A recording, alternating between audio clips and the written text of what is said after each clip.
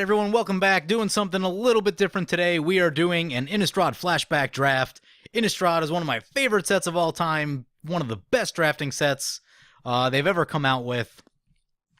So that's what we'll be doing today. Let's take a look at pack 1. We have a Sever the Bloodline. It's a reasonable card. Victim of Night, something I also like a lot.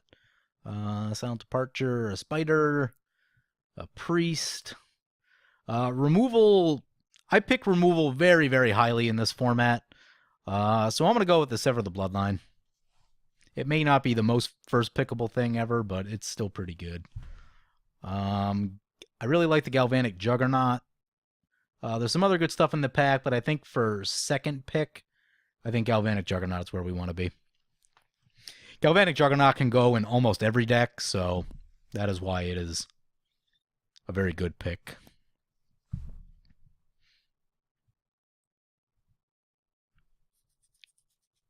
So, like I said, doing something a little bit special today. I'm not going to be editing these videos at all, simply because I'm not going to have time to edit them before Innistrad Flashback Drafts end, and I kind of just want to get them posted quickly. So, it's going to be a little bit different content for you guys than what I normally do, but I hope you still enjoy it.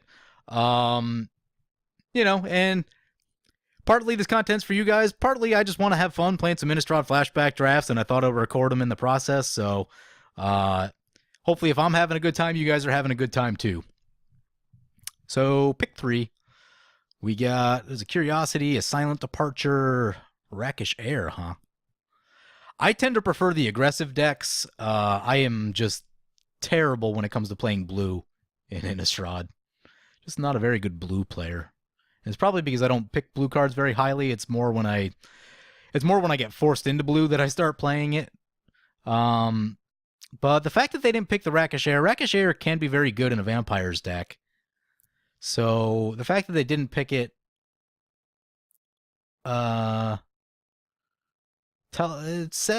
probably not in red. At least the person directly next to us isn't. So we'll go with the air. Maybe we'll try to go Vampires. Maybe not. Maybe there's a Gallows Warden right there. That's pretty good. There's a Priest right there. That's also really good. Man, those are 2 very good cards. Smite the Monstrous is okay. Villagers of Estwald, decent. We're not really in green yet. Not the strongest pick in the pack. I'm going to go with the Priest. I think it's the best. The Priest can really lock out non-human creatures very, very good, very easily. And will work with any style of deck, so... You guys, this is actually the second draft I'm doing tonight. The first one I filmed, I probably won't ever make it online because it was just awful. I drafted a Naya deck that had about 12 creatures in it, and basically I got a Gutter Grime in pack 1 and tried to force the Gutter Grime deck, and the Naya colors just dried up, and blue was very, very open, and I just didn't make the move into blue like I should have, and the deck was awful, and I went 0-2 drop, so that's how that went. Chapelgeist is reasonable. Maybe we're red-white aggro? I get down with that. Purify the Grave. It's got its moments. No, I'm not going to pick it this early, though. I'm going to go with the Chapelgeist right here. I like the Chapelgeist.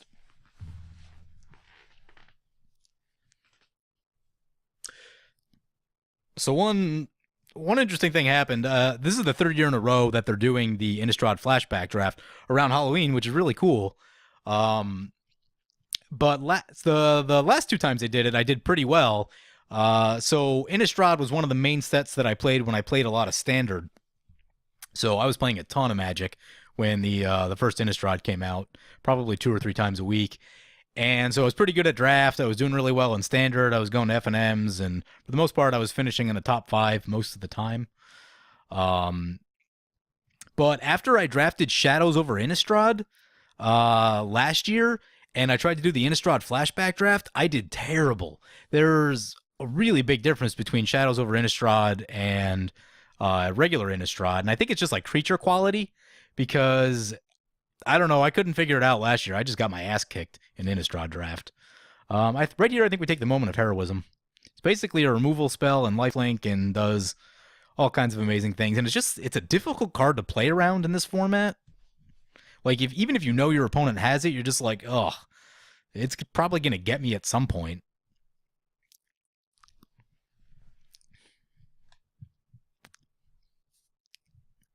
There's an Abater Ghoul. Abater Ghoul is not terrible. Kessig Wolf is fine. I probably like the Silver Chase Fox a little bit more, just because I like having the 2-drops. I'm going to go with the Silver Chase Fox right here. I think we can pick up a Kessig Wolf or something like that later on.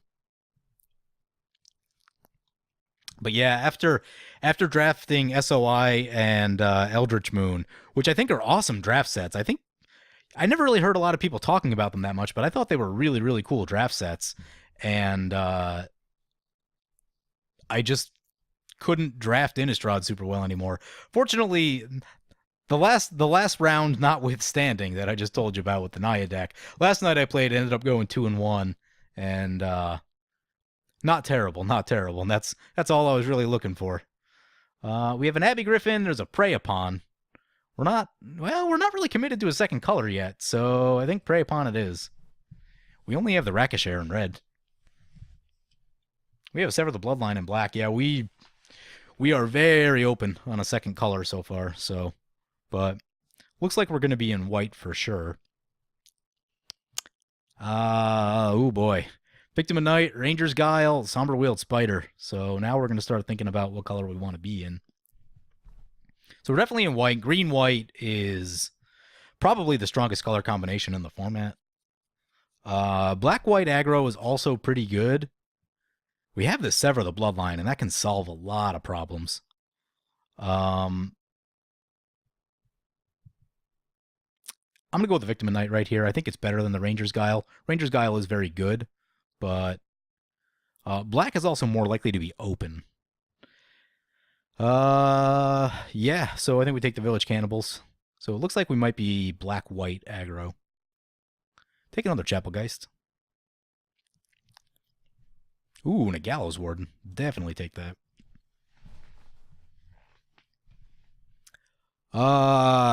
Yeah, we'll take the Stromkirk Patrol. It's not great, but sometimes you just need a 5-drop. As far as 5-drops go, it is very underwhelming.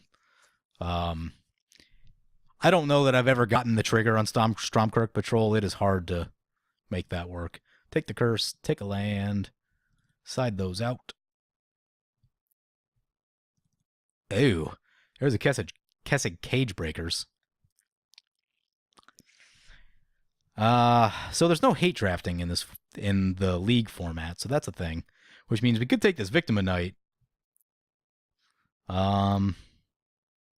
Question is, how committed... I guess, do we get cut? So I feel like we didn't really send that much black to our opponents. So hopefully they're not in black. Kessig Cage Breakers can be very strong. One of the Unhallowed's pretty good, too. That is a solid card. But man, I love having Victim of Night, so another Victim of Night. Mind Shrieker. There's an Abater Ghoul. Yeah, we'll go with the Abater. Abater Ghoul looks like the winner. Trying to stay strictly in my colors, because last time I ended up going 3 colors, and that was just bad. If I end up in 3 colors in Innistrad, that means I drafted wrong, and my deck is going to be terrible. And I know it's really bad if I end up in red, white, and blue. That's what happens when I try to be in one color and realize that color is not open, then have to shift midway, and then I have no creatures and end up playing 3 colors that I'm not very good at playing red, white, blue, I found.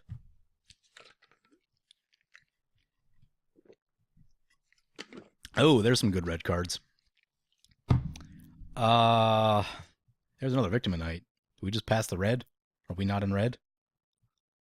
Maybe well, the person to the left of us, the people on the other side of us definitely aren't in red.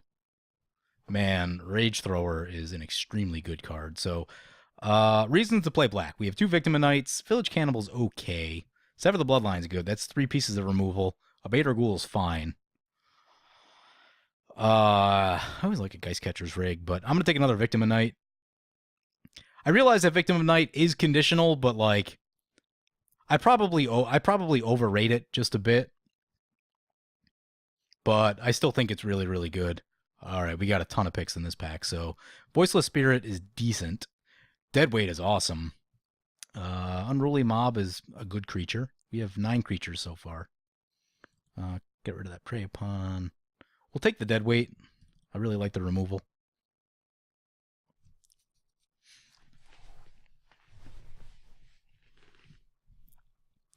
I do prefer to draft red a lot, and it is very painful for me to pass some of those red cards that we just saw.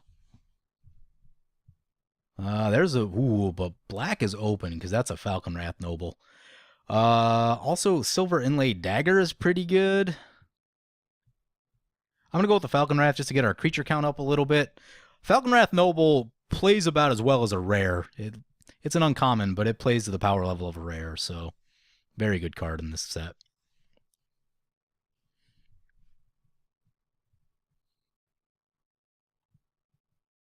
It's a Rotting Fern Snake. Fern Snake, it's not amazing, but it can work. The Demon Male Hauberk, we don't really have any tokens, things that we want to sack necessarily.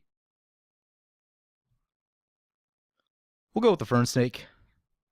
Some decks deal with the Fern Snake easily, some decks don't.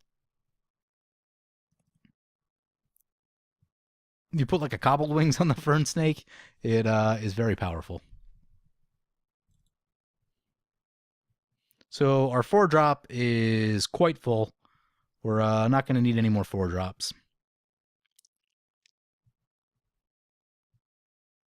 We have 3 Victim of Nights. That's a pretty good feeling. A little late on 3 drops, so this Markov Patrician looks pretty good.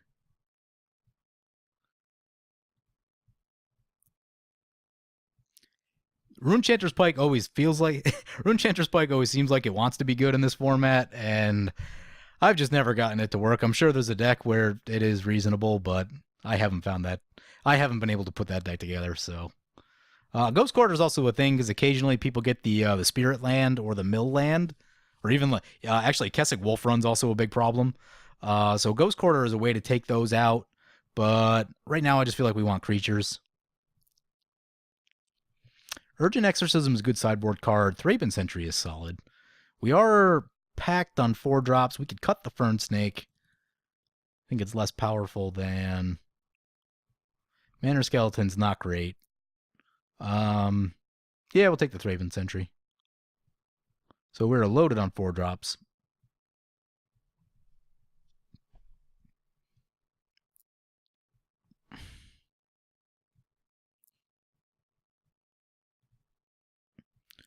Rebuke is a card that's removal. There's another Thraben Sentry. We definitely have plenty of 4 drops. Don't need any more 4 drops. So we'll take the Rebuke. So this is a very removal-heavy deck. Last night when I drafted green-black, and I drafted 3 Victim of Nights. And I went 2-1 with the deck, so it was reasonable. The match that I lost, I did not draw the Victim of Nights when I needed them.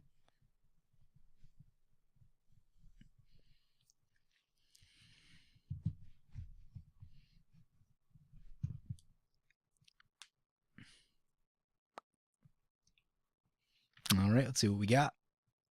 Nothing in our colors. We will take the Gnawed of the Bone to hate draft the Spider Spawning deck. Wow, there's a Rage Thrower floating around. We're going to take that Rage Thrower because, you know, we're going to hate draft it. I mean, we may never face that opponent, but Rage Thrower basically ends games.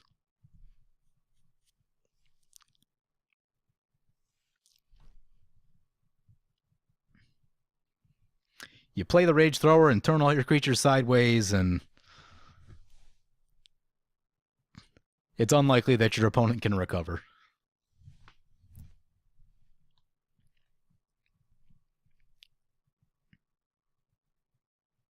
So right now I'm feeling pretty good about where we're at. We have good removal. We have solid 2 drops. We could probably use another 2-drop creature.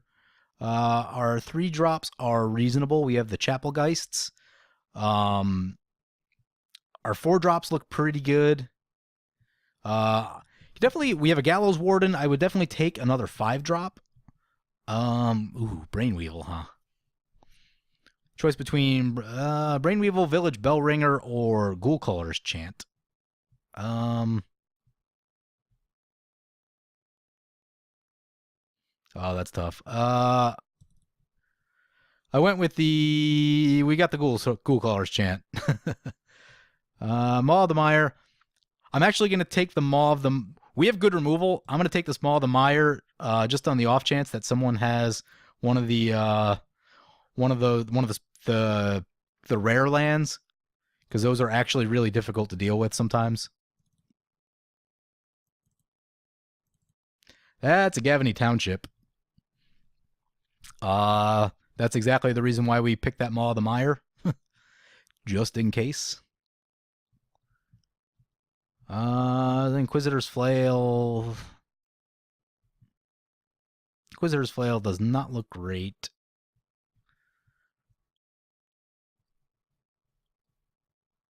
A lot of green in this. Yeah, Village. We already have a... we could go with the Village Bellringer.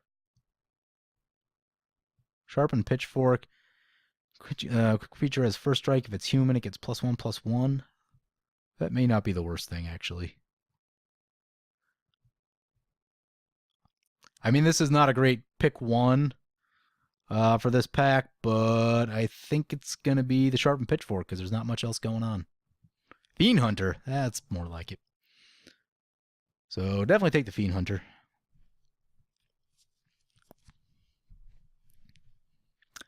I do like Morkwood Banshee. It is not the easiest thing to turn on to Morbid for that card, but it's still a very good card. When you do get Morbid turned on for it, it is generally a huge blowout. Geistcatcher's Rig's also decent. Sometimes you got to take down flyers. It is pricey at 6 mana, though.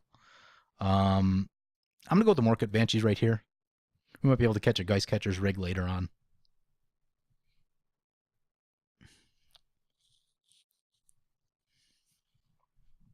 So we're up to 21 cards. I feel pretty good about all of them. There aren't any cards that I would immediately cut. Still not quite sure about the Sharpened Pitchfork. We've got a human there. Those are not humans. That's a human. A couple humans floating around the deck. So it's probably the weakest card in the deck, but that it doesn't mean that it's not useful. Also depends on what our opponent's playing, but...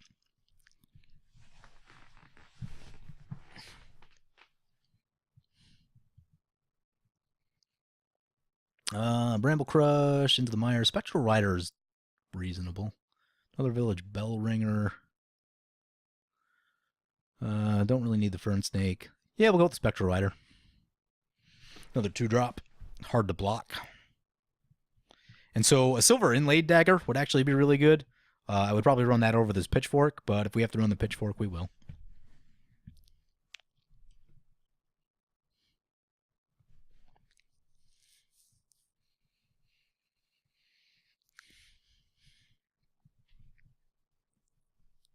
Oh, passing more red cards. That is painful. That is just so painful for me. There's another Rebuke. I don't know that we need another Rebuke, but it might be the card we take.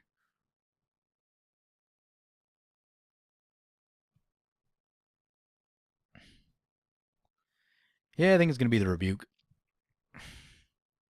So we have all the removal.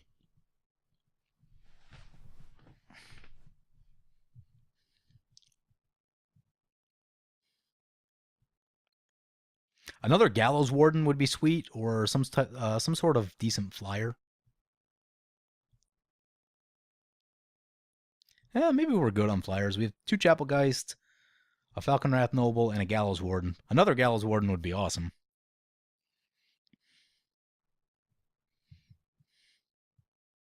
And back to the Geistcatcher's Rig, Blazing Torch, Elder Cathar pack. Man. Elder Cathar is very good in the 3 slot. We do have a few humans as well. I really like Geistcatcher's Rig, but I think Elder Cathar is just better. Blazing Torch. We have a lot of removal already. We're at 14 creatures. Yeah, we'll take the Elder Cathar. Another Village Cannibals, huh?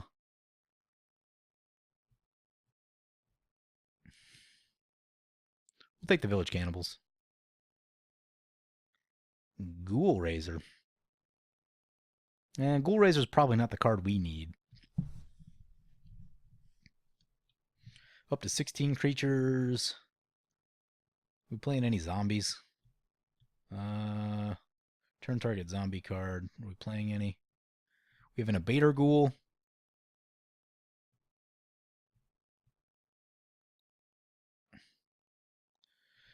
Just the Abater Ghoul in terms of zombies. We have the Rotting Fern Snake in our sideboard, but there's nothing really else happening in this pack, so we'll just take the Ghoul Razor. Wooden Stake, don't really think that's playable. Purify the Grave could be relevant. Also, Inquisitor's Flail. We could put it on one of our flyers, and that's kind of cool. Don't know if that's necessarily like the most efficient use of mana, but it's cool if we put it on the Gallows Ward and get 6 damage. We'll take the Purify the Grave just in case weird graveyard shenanigans pop up. Oh my god. Victim of Night this late? Yes, please. We already take them all the mire?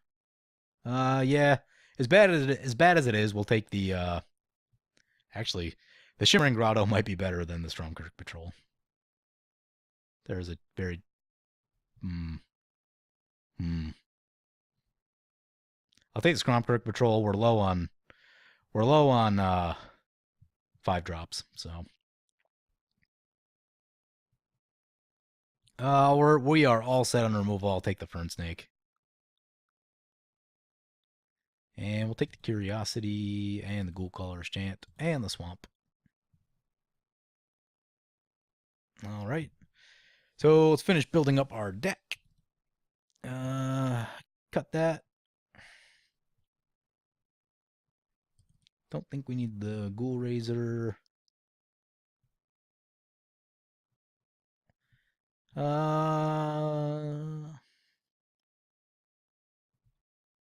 going to cut the Markov Patrician. We have a lot of 3 drops, and I don't think the Markov Patrician doesn't really synergize with anything. If you're playing full vampires, you can get some stuff there, but 3-1 kind of dies to everything, so it's not great. Cut the Ghoul Caller's Chant down to 27 cards.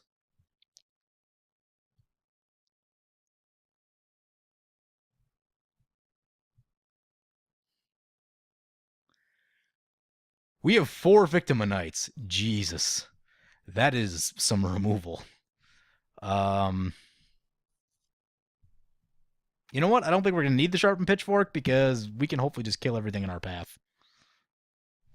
Which means we have so much removal that, like, Rotting Fern Snake might actually be good. I'm going to cut a Rebuke. We cut the other Rebuke? Maybe we do. That would give us 16 lands. I'd play 16 lands plenty. I'm comfortable playing 16 lands. We do have a lot of 4 drops, though. 3/5 drops.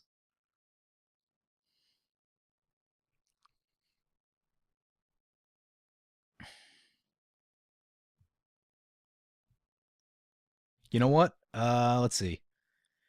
Stromkirk Patrol is not a great card. Let's bring in the Rotting Fern Snake. It's about as useful as the Stromkirk Patrol. And then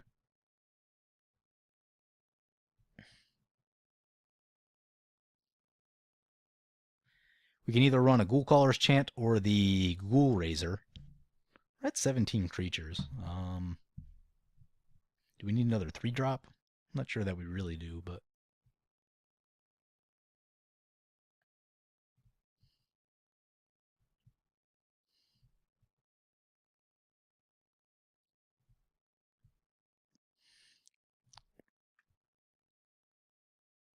Well, if we need to side it out, we can... Yeah, I feel fine about this. We'll add some lands. Once we know what our opponent's doing, that might give us some room to bring in a Ghoul Caller's Chant or a the Ghoul Razor. So we have double white on 2, double white, double white, double white. Whole bunch of double black. Actually going to change the mana distribution just a little bit. Give me 2 more white.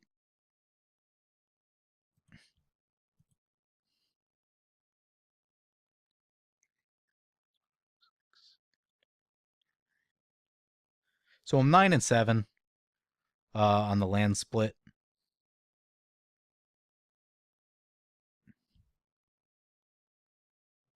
I think we're going to need the double white sooner than we're going to need the double black. Though we do want to find both. This looks good. Let's go find a match.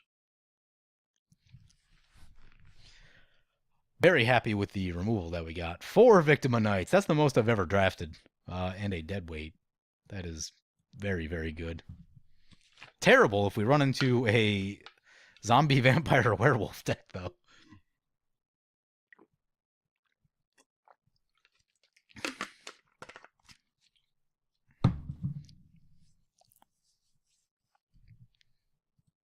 So, found a match. And let's just hope we don't get mana screwed. That's what this game's about, right? Ooh, 2 lands. 2 lands, and we can't really do anything. We choose to play first. Do we mulligan? We're at 16 lands. We have about 3 turns, 2 to 3 turns to draw land. If we draw land, we can play a Village Cannibal. If it's a black land, Victim of Night comes online. We'll keep. It's risky. It's not the greatest keep ever, but we'll keep. We will play the black first. Pass turn. Mountain for our opponent. Chapelgeist is not what we wanted to see. Play our planes, pass the turn. And so there's the downside of playing 16 lands, is that I don't feel super confident that our next card's going to be a land. It's a Victim of Night, of course. So we may just auto-scoop this if we don't draw a land soon.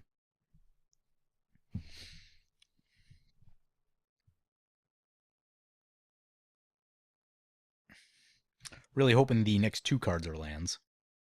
Maybe even 3.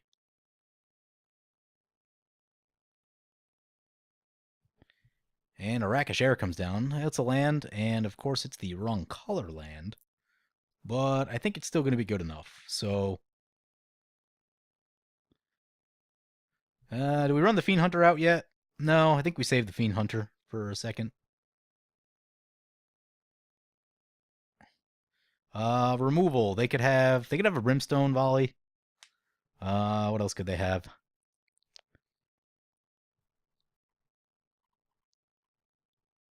Yeah, we'll play the Fiend Hunter. Take down the Rakish Air just to make sure that nothing crazy happens. So, take down the Rakish Air. Plus, we'll very quickly find out if they have removal, because they'll probably burn any removal on this Fiend Hunter.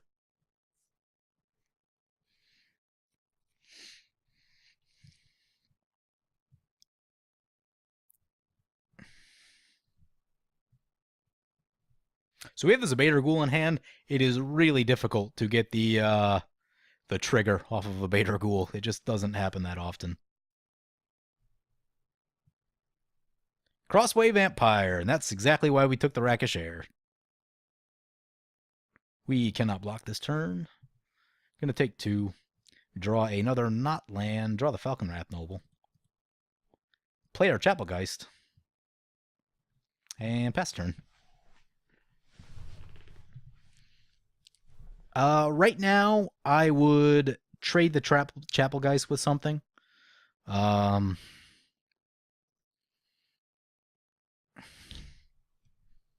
of the Bitnay. So now it's a 4-3. That's not great. Opponent. Bad things could happen here.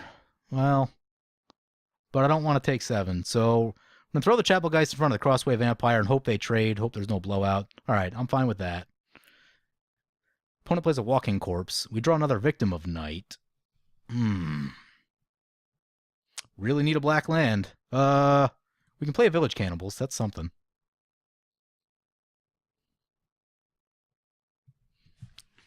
Should something happen to our Fiend Hunter, then at least Village Cannibals will get bigger. But we need a black land to play the Victim of Night. We play the Victim of Night, take down this Ashmouth Hound, and should be a good tempo loss for our opponent. So opponent's coming in with both. Assumingly they have something to kill the Fiend Hunter. Don't really want to lose the Fiend Hunter yet. Down to 6. Really need something right here. Oh, that's 2 zombies. Good play by our opponent. Well,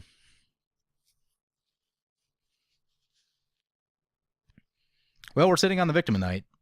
That is our game plan. And after that, things are going to get really tricky.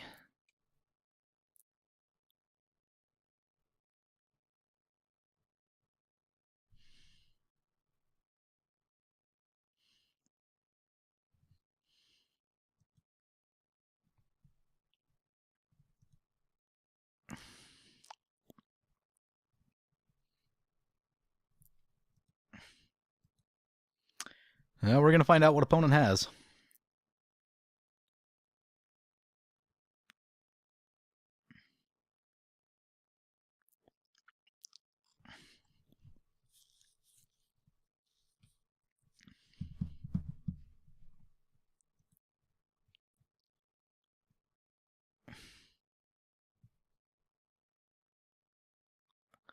Opponent sends everything. So first step, shoot the Elemental Hound thing.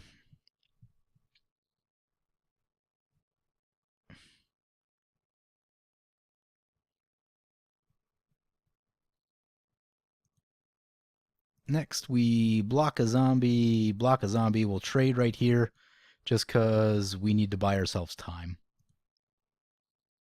We go down to 4.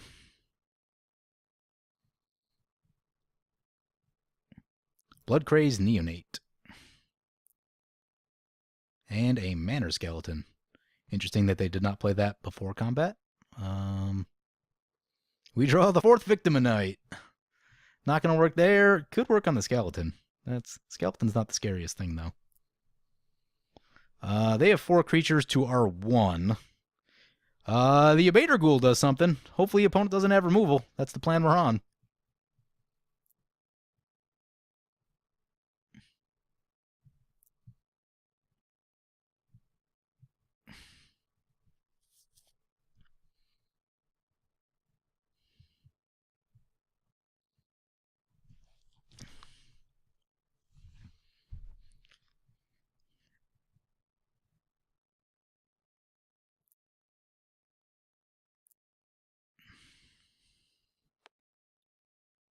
Oh, Brimstone Volley. Yeah, that's a problem. Are we dead? We might be dead.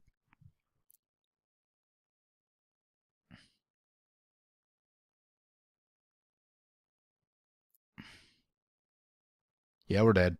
Ah. All right, so our opponent's playing black and red. Victim of Night is not going to be the best card for us. Bring in the Rebukes.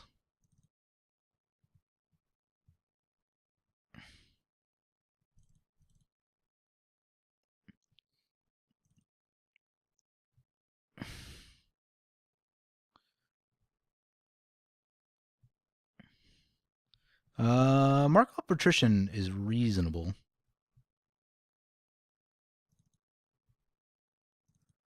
Ghoul Razor is decent, especially with the Rotting Fern Snakes.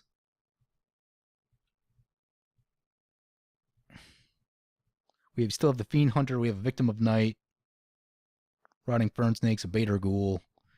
Opponent does have a Brimstone Volley.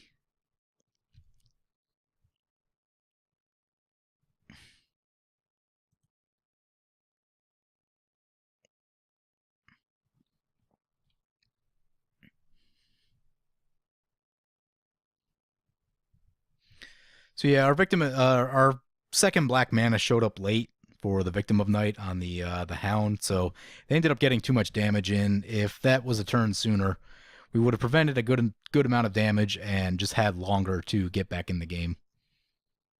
This hand's solid. We got double of each color, so definitely keeping that. A little bit slow, but that's okay.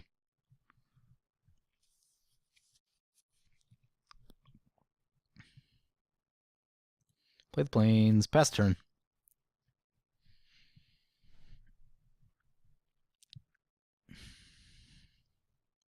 Ashmouth Hound.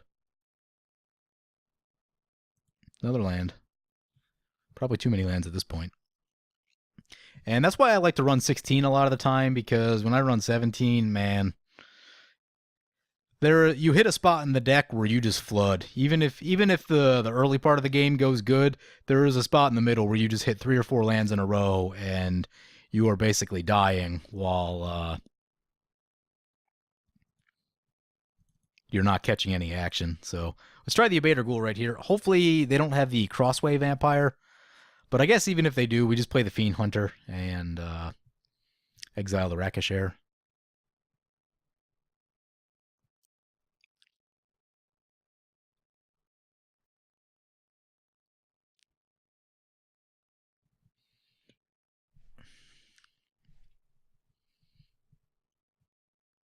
Yep, there's a Crossway Vampire. So everything I just said is happening.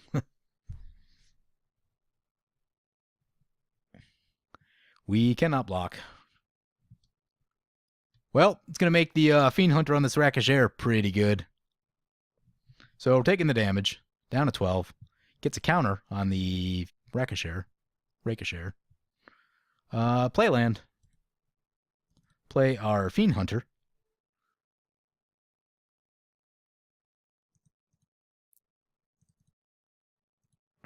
Tap our mana correctly.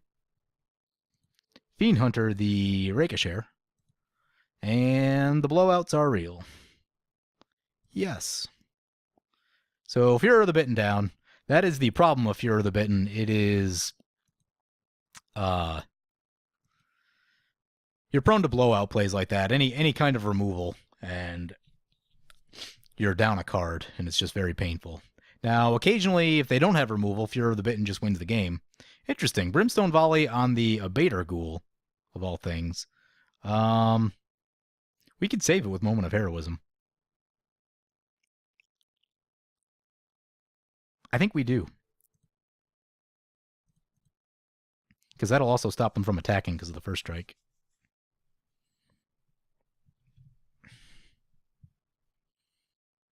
So, Faded the Brimstone Volley. That's good. Now we can start slamming our big stuff. There's another Fern Snake. We'll start with the Galvanic Juggernaut. I'm just going to leave the Abater Ghoul back on defense. I'm not really planning to go to combat yet. They could easily double block and... Well, actually... Because we could split the damage up 1 to that and 2 to that. What about the backswing? We'll play it cool. They definitely can't attack if we leave everything back, so being that we're at a lower life total, we'll play it safe right there.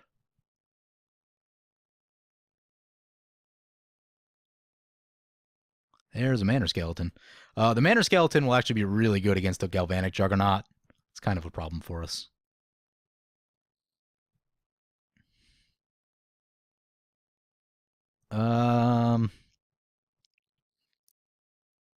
So I'm going to attack with Bolt right here. Try to put a hurting on our opponent.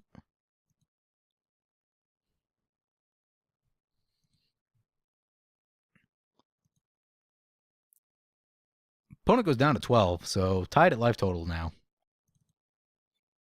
We'll play a Fern Snake.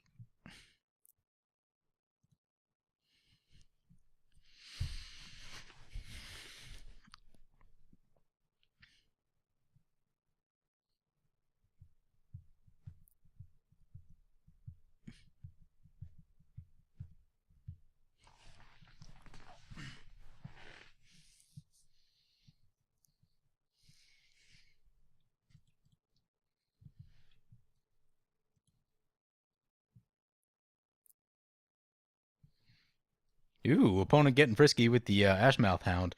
We're just going to take that. It's only 2 damage, and it's not worth trading in either of our creatures for. Blood Crazed Neonate, huh?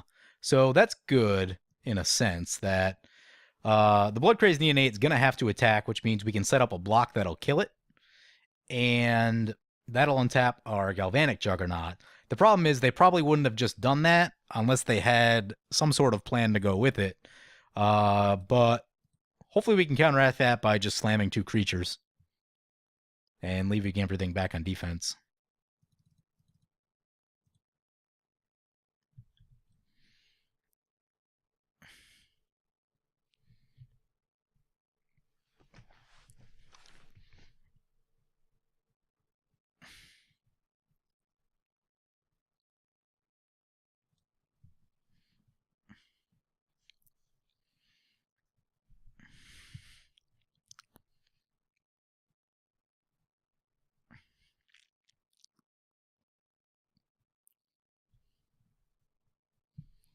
So we're at 7 lands. We really would not like to see any more.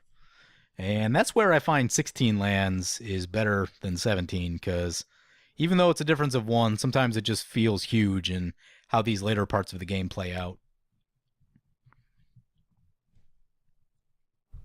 Opponent sends in the Blood Crazed Neonate. There is the First Strike Vampire spell.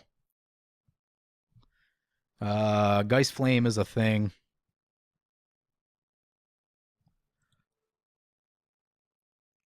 Opponents already used their Brimstone Volley. Do I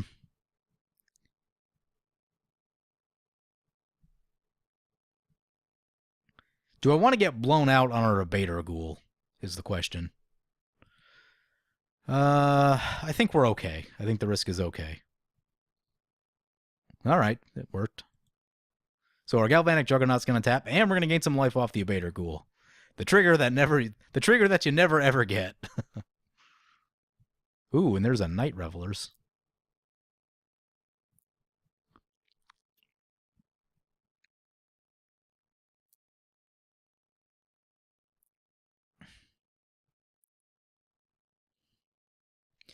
Night Revelers means our Abater Ghoul can't do much on the attack. Opponent tapped out, so they can't regenerate. That's good.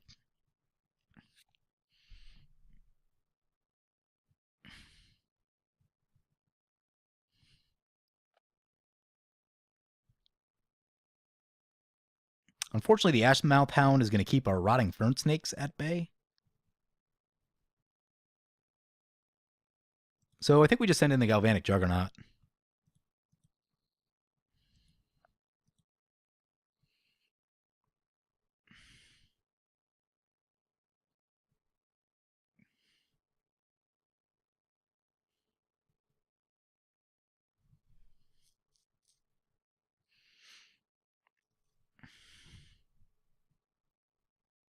Opponent's going to double block. We definitely want to kill the Revelers. They are much bigger.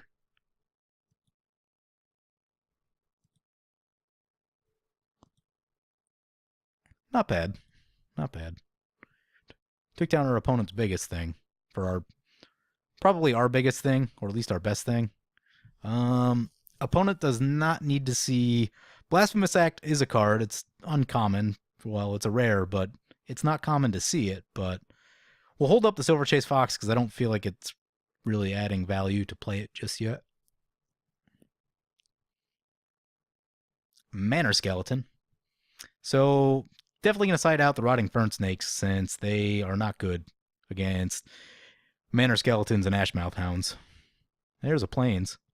We'll hold the Plains.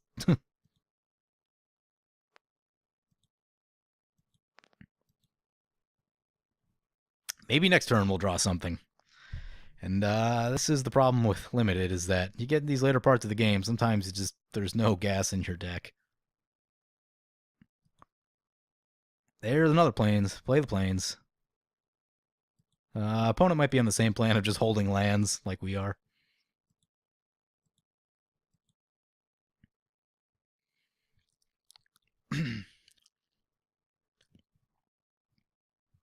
There's another Revelers. They decide to come in with it. I'm just going to block with the snake. Nope, not coming in. Another land.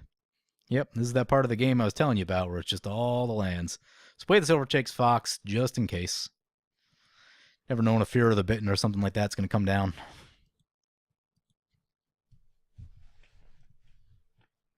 Actually, opponent's still on. Oh, there's finally the double black for opponent. I wonder if they have a Victim of Night. Mona the Unhallowed. There's a card.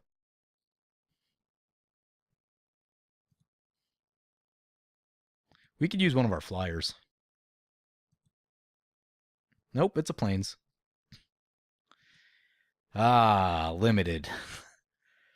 This is why I like Commander, where you have tons and tons of draw spells, and you can draw past all the lands.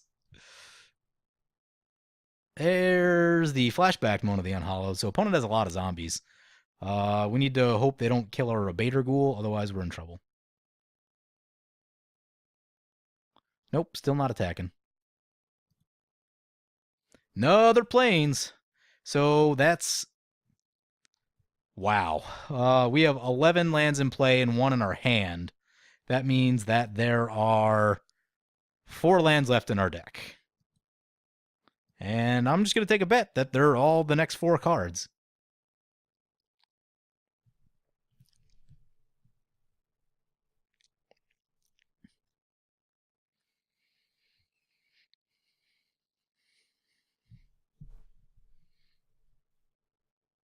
Cobbled Wings, that's a problem.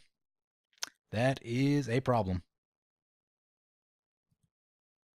Puts it on the Revelers. It's a 3-turn clock. Ugh.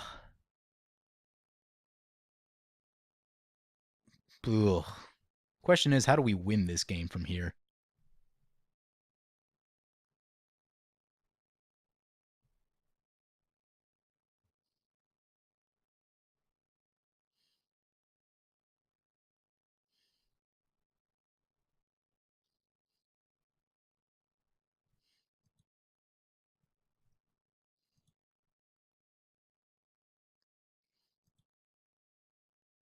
So opponent's coming in with flying with the Revelers. We go down to 7. Spectral Rider is not the card we wanted to see.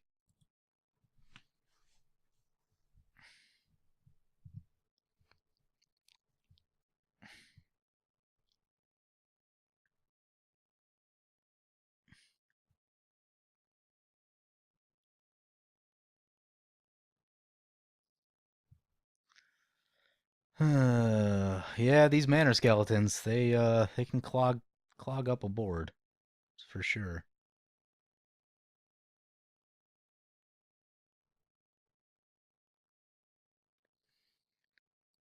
There's not really a profitable attack that we can make.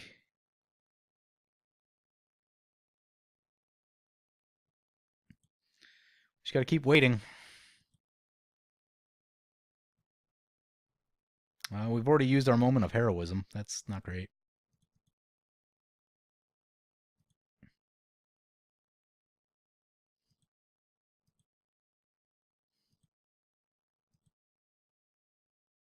And now we're just outnumbered. And that's a problem. And there's another land. So that's the game. Swing everything, I guess.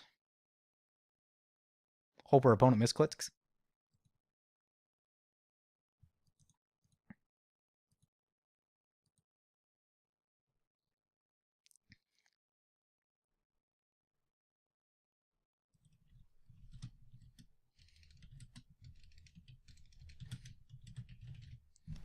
Tell our opponent 13 of 16 lands.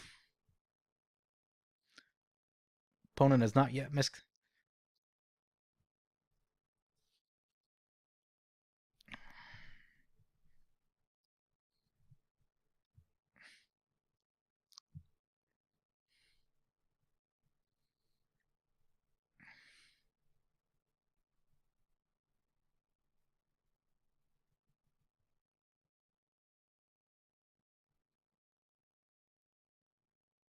Yeah, there's no point to play this out.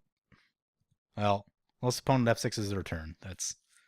Well, even if they F6 their turn, they're still very much alive. 5, 6. Yeah. So we're just going to scoop this up. So that's frustrating because we played to get ourselves into a position to win. There's a Ghoul Raiser, so we could have did stuff with our Fern Snakes. Sever the Bloodline would have been unbelievably useful. Take down all the zombies or the revelers.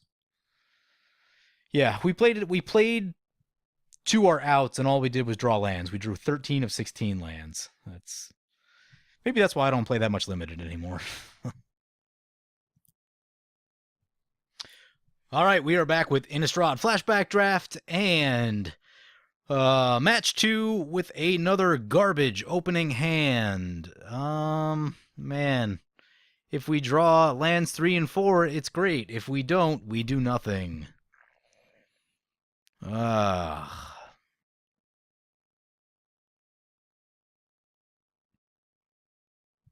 try it. It's probably not the smart optimal play, but here we go. Nope, not a land. Drop our swamp, although at least we can play the Abyssinian Priest. That's nice. There's a land. How about that? Actually getting the things we need.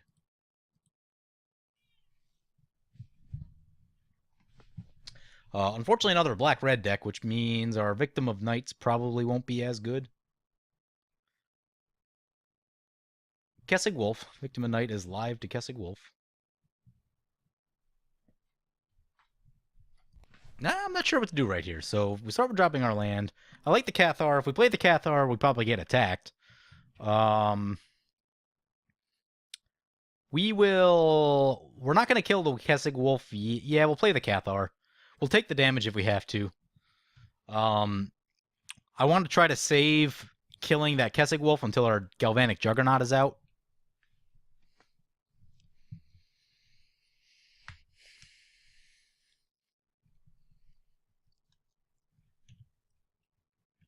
Opponent plays the land. They're going to come in with the Kessig Wolf. Nothing we can do. We're just going to take that.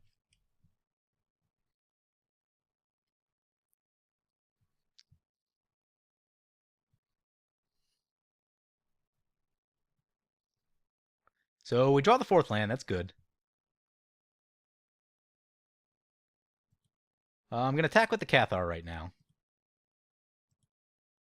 See if opponent decides to play any removal on it or anything. Doubt that they do. It's not really a card you'd play removal on. So we get in for 2. And we're going to play our Galvanic Juggernaut. This turn will tell us if our opponent's holding something. If they decide to attack into the Galvanic Juggernaut with the Wolf, then we definitely know they have something.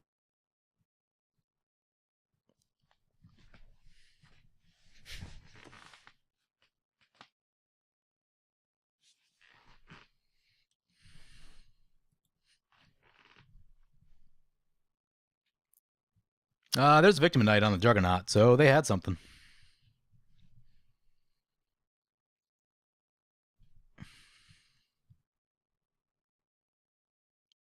And a Night Revelers. That's actually pretty good. Opponent going to come in with both? Yep. So there's basically the biggest blowout. Well, not a complete blowout, but they definitely tempo shifted. I felt pretty good about where we were at. Now I feel less good about where we're at. There's a land. Land is not terrible at this point.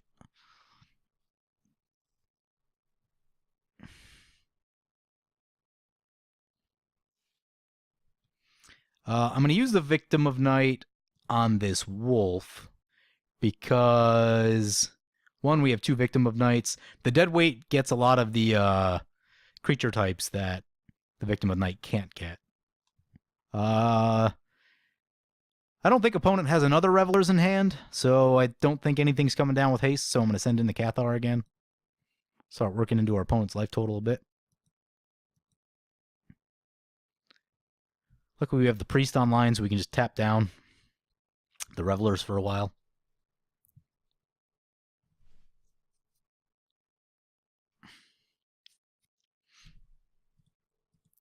So, tap the Revelers.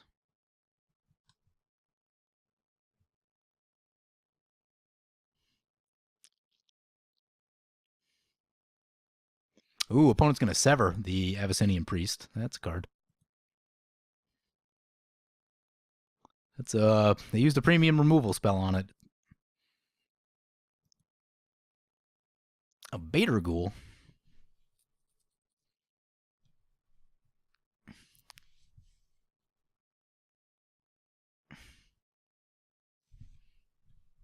I'm going to play the Abater Ghoul and put the deadweight on the Revelers. If the Revelers are a 2/2, they're not really a threat. They will 1 die to the Abater Ghoul or trade with the Cathar. So that's a much better place for us to be.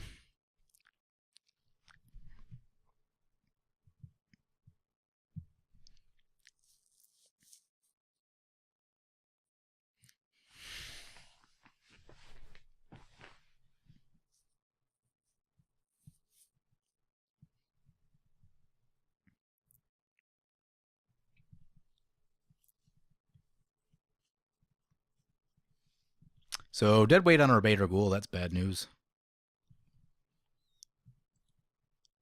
Does opponent come in to trade? No, they don't. I probably would have traded. Ooh, so tricky play right there.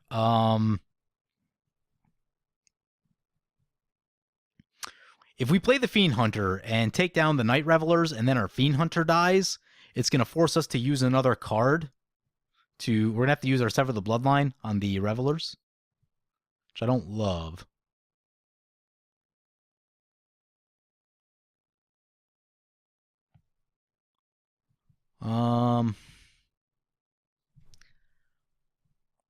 But if we do the Fiend Hunters, then they don't have a blocker this turn, and we just go in with the Cathar, but hosed by removal.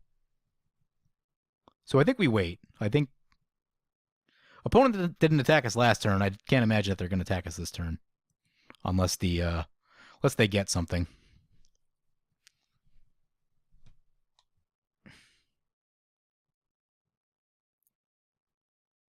Ooh, another Revelers, huh? All right. Well, now we just severed the Bloodline on the Revelers. We're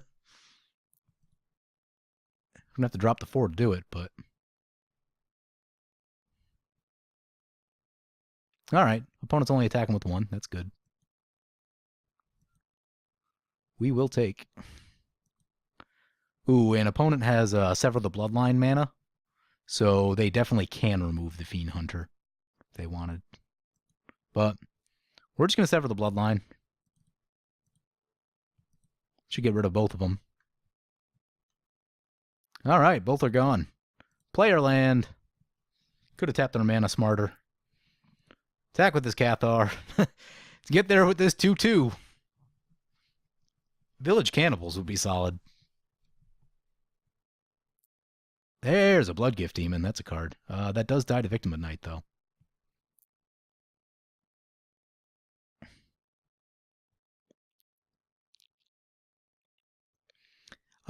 We will get our Fiend Hunter down.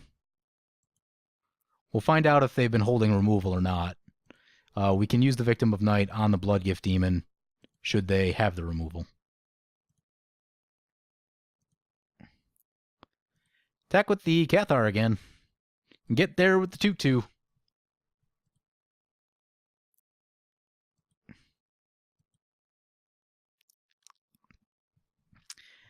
So opponent's down to 12. We're at 6. But so far we're the only one with creatures.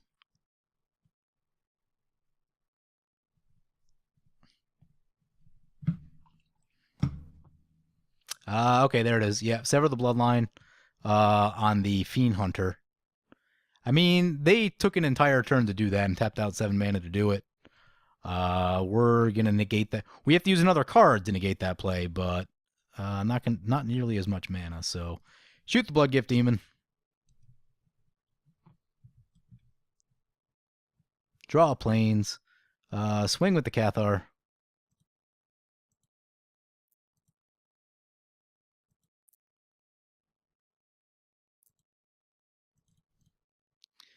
Gonna hold the land for now. I always like to make opponents think I'm holding something. Play our Chapelgeist. Opponent might be holding lands also. There's a Gallows Warden. We'll play the Gallows Warden pre-combat.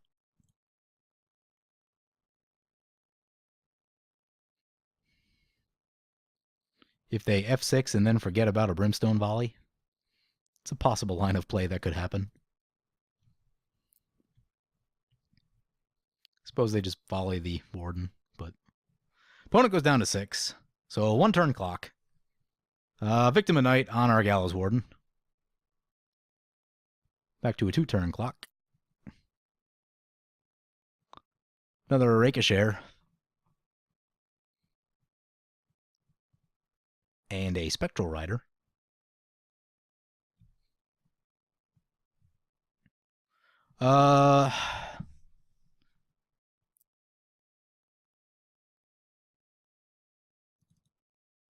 Player Spectral Rider. Still going to hold on to this land. Make it look like we're holding a moment of heroism or something. All right, we're going to leave that Cathar back because right now we have 2 evasive creatures and we have enough to kill our opponent next turn, assuming no tricks, without sending in our Cathar, so we'll just leave the Cathar back.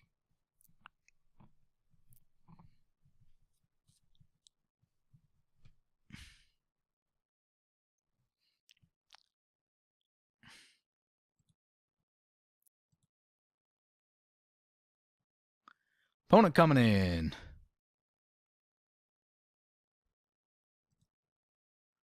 Full block.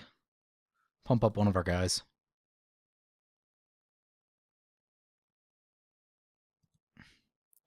We'll pump this guy. Opponent's going to Geist Flame and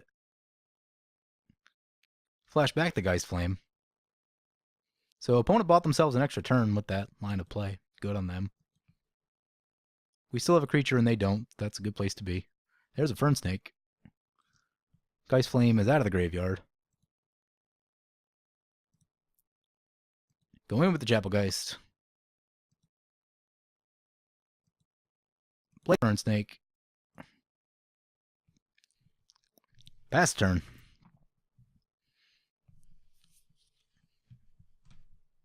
Wow, 14 turns took us to get there. That is a grindy win. Back to the sideboarding.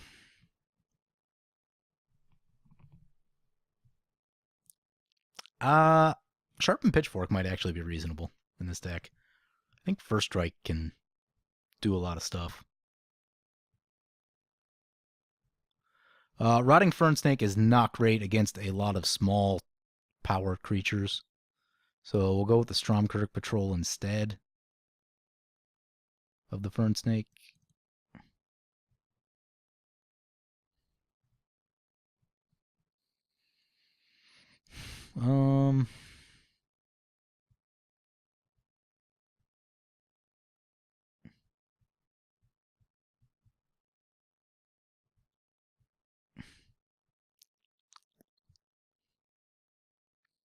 I'm going to drop a Victim of Night for a Rebuke.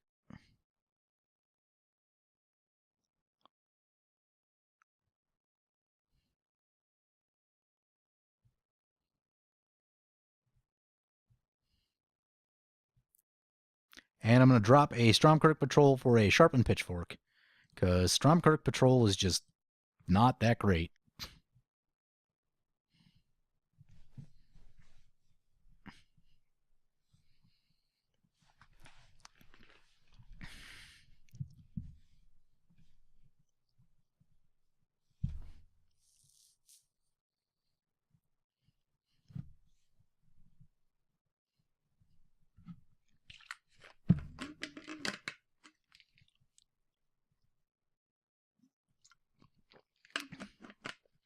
So loading up, I think we're in game 3. I don't even remember where I am anymore.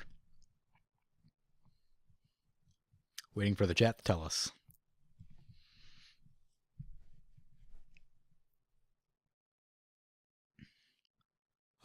We get another garbage opening hand, so we're going to have to mulligan. Mulligan. This one is only slightly better, but we will get a Scry. Ooh. Who? No, I think we need it to be a land. Sharpened Pitchfork is probably not the most impactful card. So, well, it's a land, just not the right color. But at least we can tap things down with the Priest for a little while, and we have a moment of heroism to do some things. Blood Craze and the Innate. We're just going to run our Fox out there and chump block with the Fox if we have to.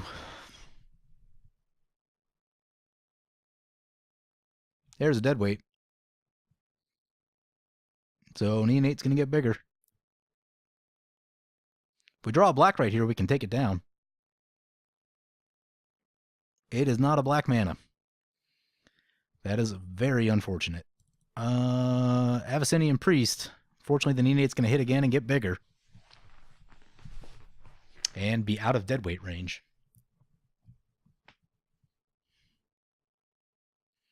Rakish Air, so now it's going to be huge. Nothing we can do. We got to take it. Gets 2 counters on it. We draw a Rebuke. Rebuke is good.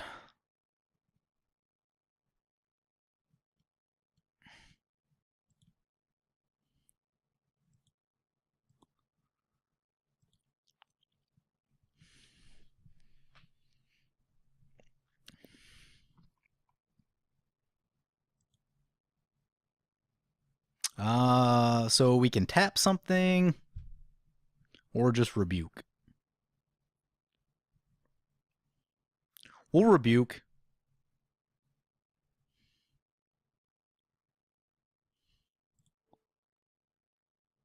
The air is better for the long game, but this thing's already at a 5/4. I think we got to get rid of this thing. It's just too big.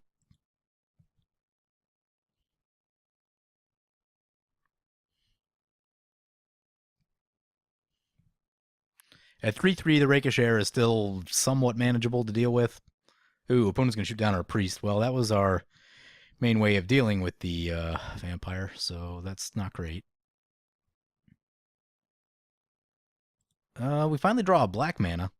Might be a little bit too late, though. Get the Village Cannibals down. We're probably going to have to burn 2 cards to kill the air.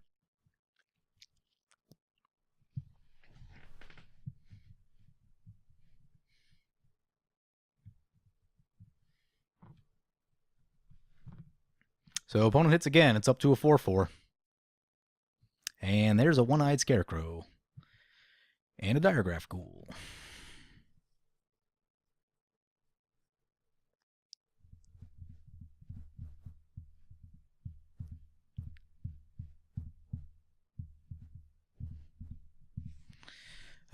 Creatures with flying get -0, -1, -0. The Scarecrow is kind of annoying. We can Victim of Night that eventually if we ever draw another black mana.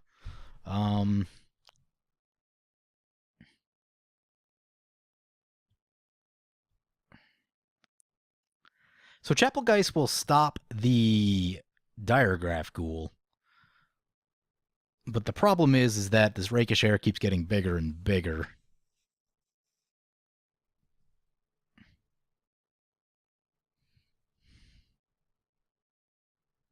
Opponent's got 2 cards in hand.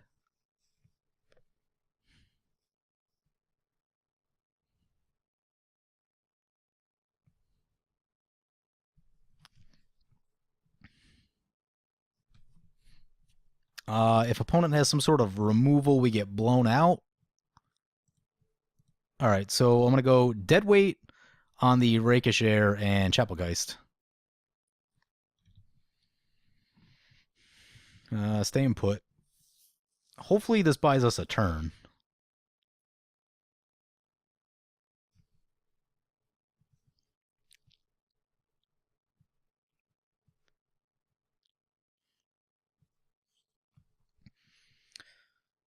So we, I don't know, just haven't drawn super well this match.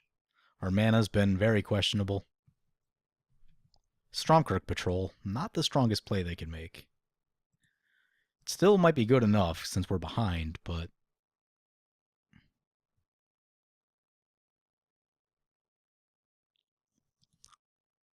There's the black. So Victim of Night is online. That's good. We're probably gonna have to do some tricky things during combat.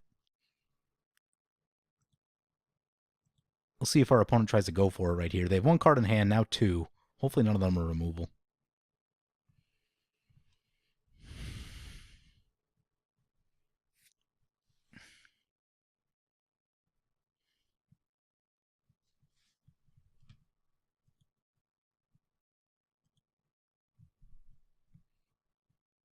Opponent's coming in with two creatures.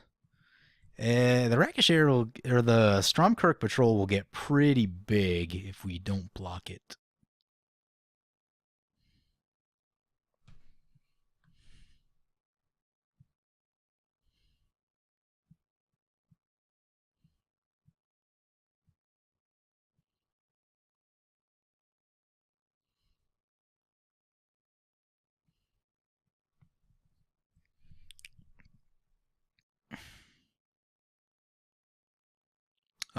We are open to a blowout right here. We just gotta hope our opponent doesn't have anything. So I'm gonna block like that. We'll take two off the zombie. And then fire off the Moment of Heroism.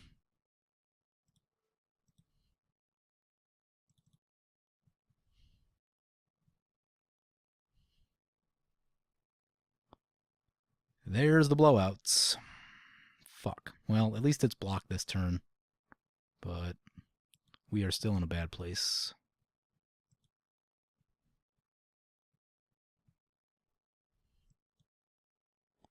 So I should have blocked the other way where I traded the Village Cannibal and all that.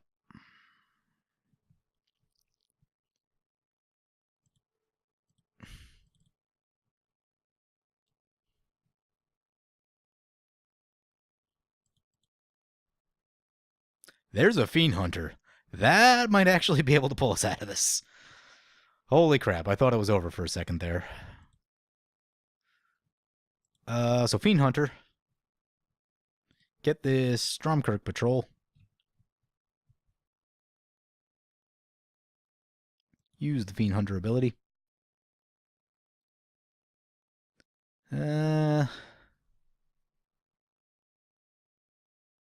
We're at 8. We're just going to stay put. Hope opponent draws a whole bunch of lands. Draws the 13 lands that we drew in our, I think that was game 1. Whatever game that was. No, that's not a land. It's now a 3-3 with Regenerate. And it'll get bigger. Fortunately, Fiend Hunter is the card that would get rid of that for us. Alright, so opponent is coming in. And our options are not amazing here.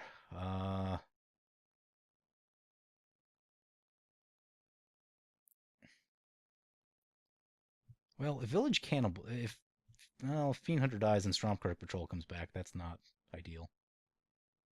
Do we trade Village Cannibals with the Diregraph Ghoul? That'll get bigger. Hope we draw a Rebuke? Yeah, I guess that's the plan. Hope we draw a Rebuke. Trade the Village Cannibals.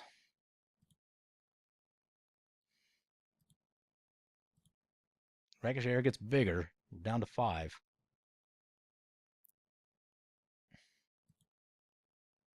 Draw, of course, there's the land. Sever the Bloodline can get us out of this. Well, we're going to be down at 1 after this combat.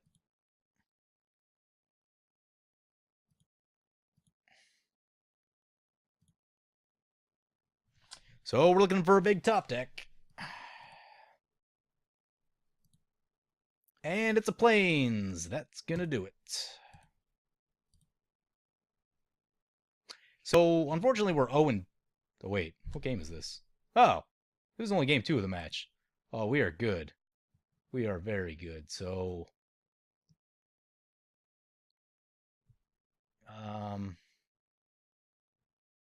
bring in Rebuke.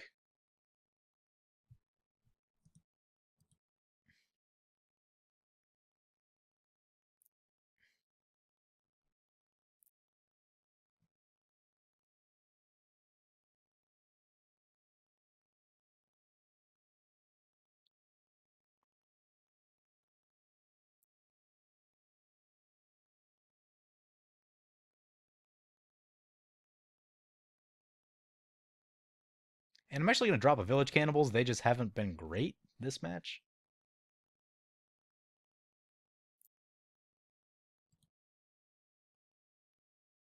We'll try it like that.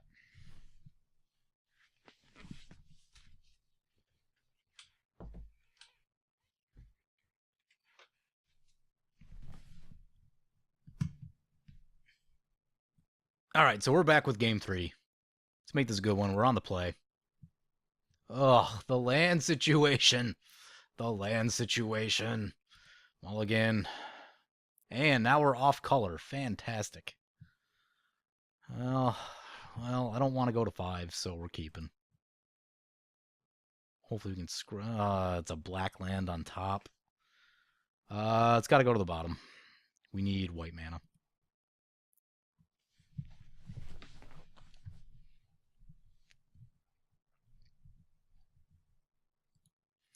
Play a swamp. Pass a turn.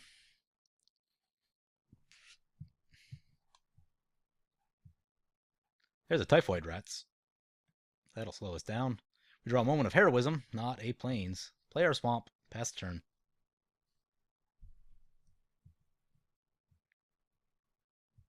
Diregraph Ghoul for our opponent.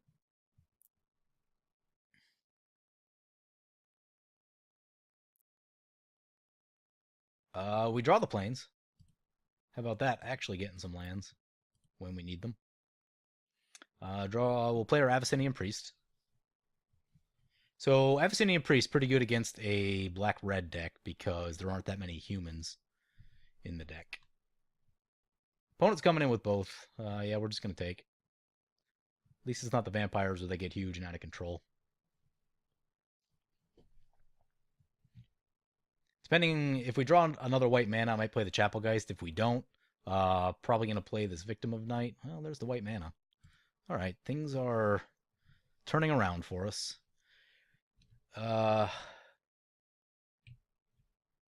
Screeching Bat is a problem. What I might do...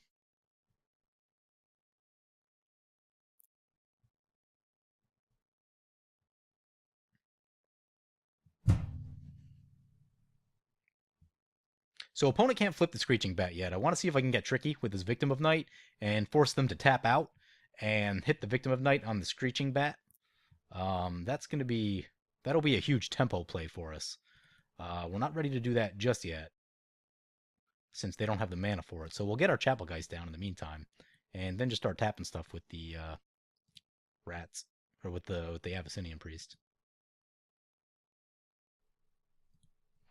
So opponent gets their upkeep trigger. Doesn't have the mana.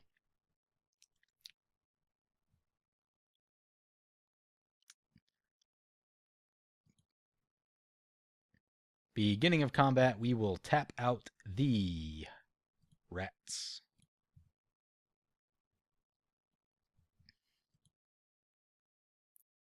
Ooh, opponent's attacking. They have something. I don't know what they have, but they have something. We'll take it. We're going down to 12. I don't feel like playing into whatever they have.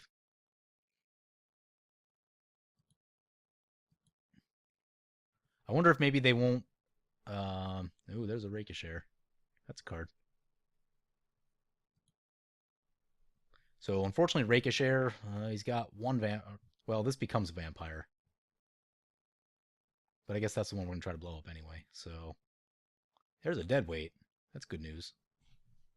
So we get Deadweight Rebuke.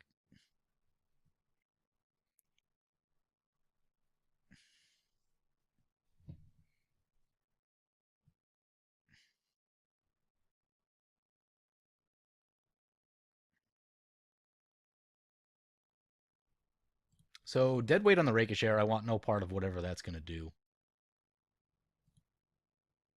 If he decides to flip the Screeching Bat, that's fine. We'll just tap it out for now. Also, we've got the Rebuke still on our side. We'll leave the Chapelgeist back. It's good at blocking the... if he doesn't flip the Screeching Bat, also the Diregraph Ghoul. So let's see what he decides to do right here. Does not flip the Screeching Bat.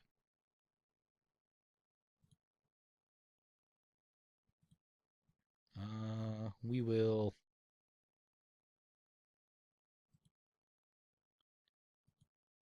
tap the Diregraph Ghoul. Opponent's still attacking. Wow. That is aggressive. I'm guessing it's a Brimstone Volley. It's either a Brimstone Volley or a Victim of Night.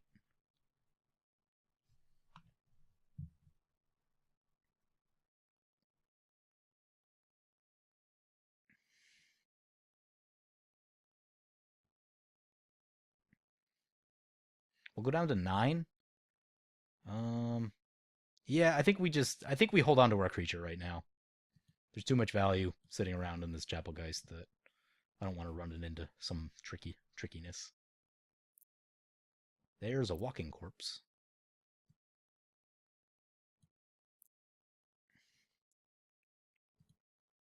We draw Plains. So that means we have enough mana to Rebuke and Victim of Night on this turn.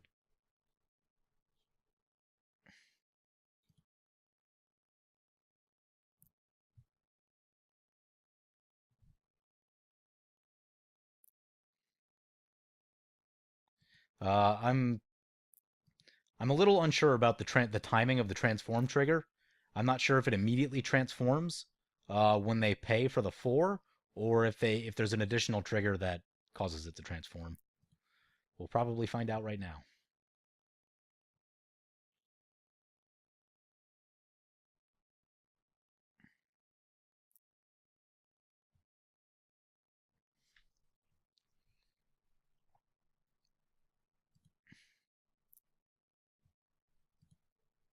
So let's see.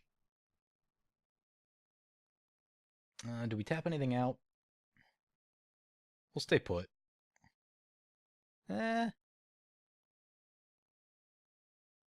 So opponent's got something. They're going to try to use it.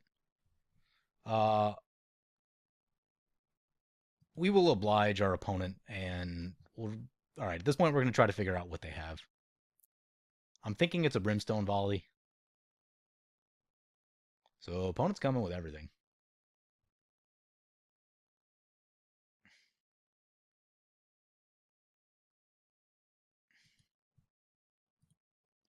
We will put the Chapelgeist on the Screeching Bat. We're going to take 5 from the rest of them.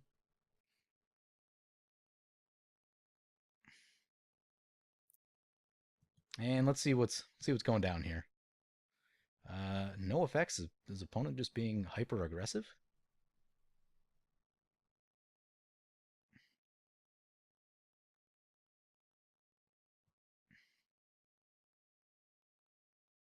Well, if that's the case, then I'm going to rebuke this zombie.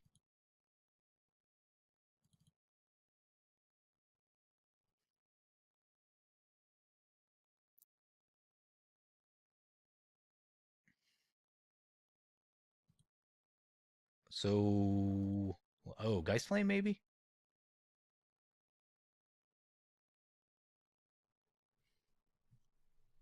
Yeah, it could be a Geist Flame.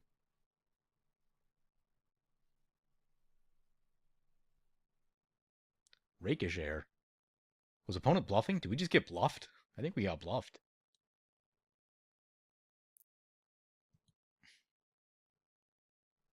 Opponent's down to 1 card. Yeah, it was a Geist Flame. They can't flash it back, so we're going to use the Moment of Heroism on our Chapelgeist and save it. So that's what it was. It was the Geist Flame. Disaster averted right there. Ooh, Falconwrath Noble, eh? Play our Falconwrath Noble. We just got to keep that in play for a few turns, and that can start doing things. In the meantime, we will just keep tapping with our Priest.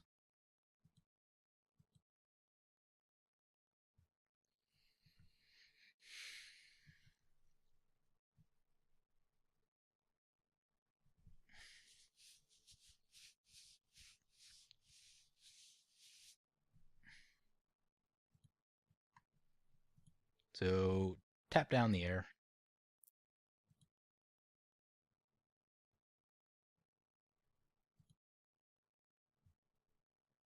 Opponent's going to come in with both. Potentially, we could trade the zombie and the Geist Flame in for this Chapel Geist. And I think that's probably what we have to do. I don't really want to go to 3. Plus, we'll get some triggers off the Falcon Wrath Noble. So we'll block like that. In all likelihood, they will kill it with the Geist Flame. We'll take 1. We'll get that 1 back and drain our opponent 1.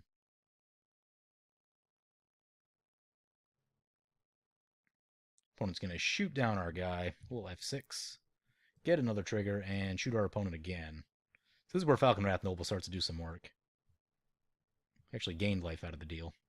And there's a Fiend Hunter. So now... Oh, man. I'm going to wait on the Fiend Hunter. For the simple reason our opponent was playing a lot of auras, and Fiend Hunter deals with all the auras. We'll swing in with the Falcon Wrath Noble. And we'll just tap out our opponent's creature. It'll probably Victim of Night, the Typhoid Rats. So tap out the air. And Victim of Night on the rats. Get another trigger, shoot our opponent. So Falcon Wrath Noble doing some work. Keep sitting on the Fiend Hunter for now. We need to hustle a little bit. We only got 3 minutes left. Opponent down to 13 after the combat.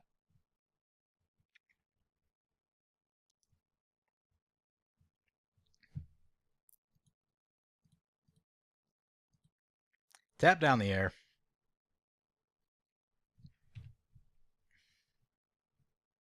Use a creature. Yeah, that's a dead weight on our Falcon Wrath Noble. That is unfortunate. But we shoot our opponent 1 more time. That's a swamp. Still going to hold the Fiend Hunter because we're not about to kill our opponent anytime soon. So we're probably going to have to dodge some more threats along the way.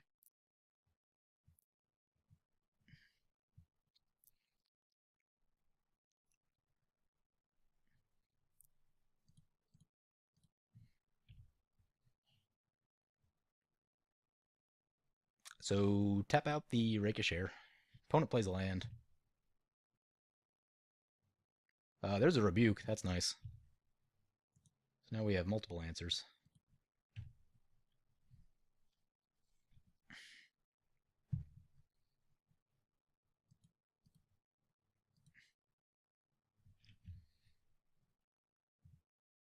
Now we're in the opponent plays land. We're in the who's going to draw a gas first part of the game. Play the Sharpened Pitchfork. Attach the Sharpened Pitchfork. Do we attack? Yeah, we'll attack. We're low on time, so we need to get this game moving along.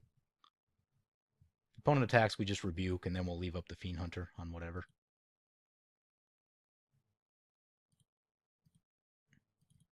So we'll rebuke. That is down. Opponent plays a Bloodgift Demon. Perfect. So then, that's exactly the card I was actually holding the Fiend Hunter for. So play the Fiend Hunter. Steal the Bloodgift Demon. Use the ability. Get in with the Priest. Opponent goes down to 8.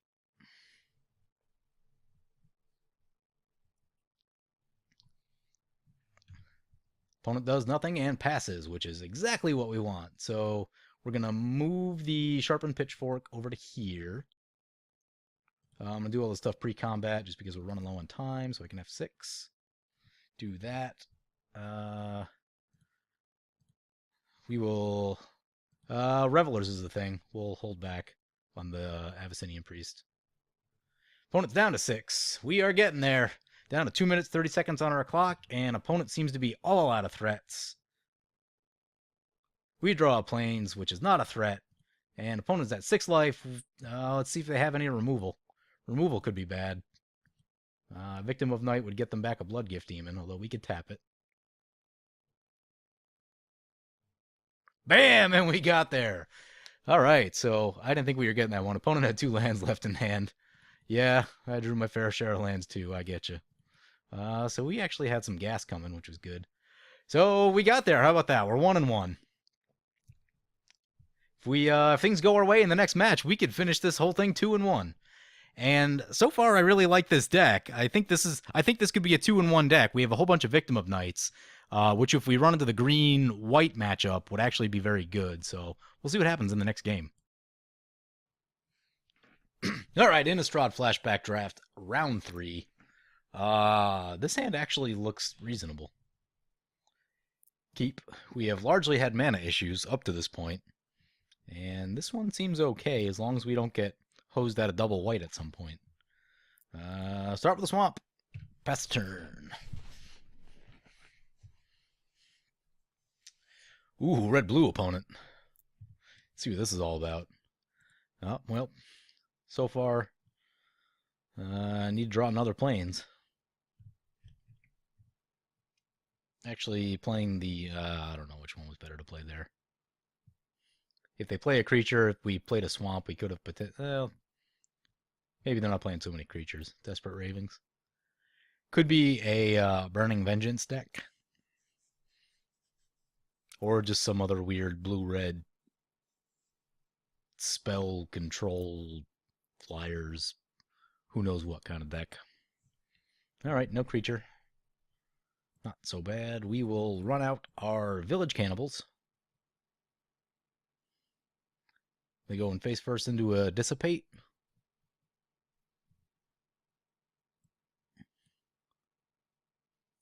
Opponent seems to be thinking about it.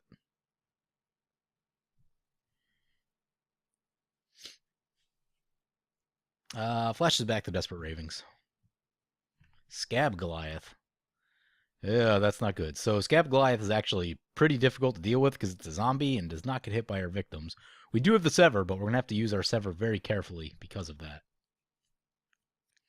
We'll probably bring in a Rebuke or two in Game 2 of the match for that reason. Although, so Geist Flame is really good against these Rotting Fern Snakes. We're going to have to pay attention for Geist Flame because two Rotting Fern Snakes or Rotting Fern Snake and something can actually take down the Scab Goliath. Because it has enough power to do so. But what do we got right here? So I'm definitely not going to run our Falcon Wrath Noble out there into 4 open mana on a blue-red opponent who does not appear to be playing creatures. So we'll swing in with the Village Cannibals, see what happens, and I'm thinking about the Fern Snake, but could also just go with the Spectral Rider.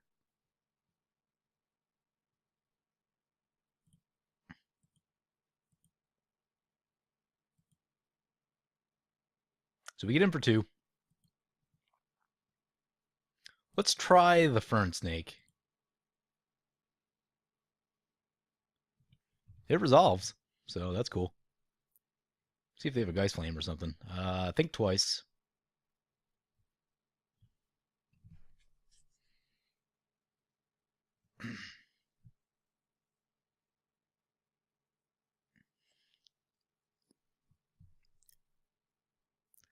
Rolling Trembler, eh? Yeah, that got us good.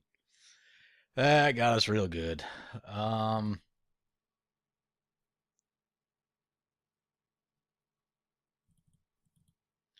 run out the Falcon Wrath Noble. I don't feel great about it. I still feel like opponent probably just has a ton of removal. But we'll see what happens.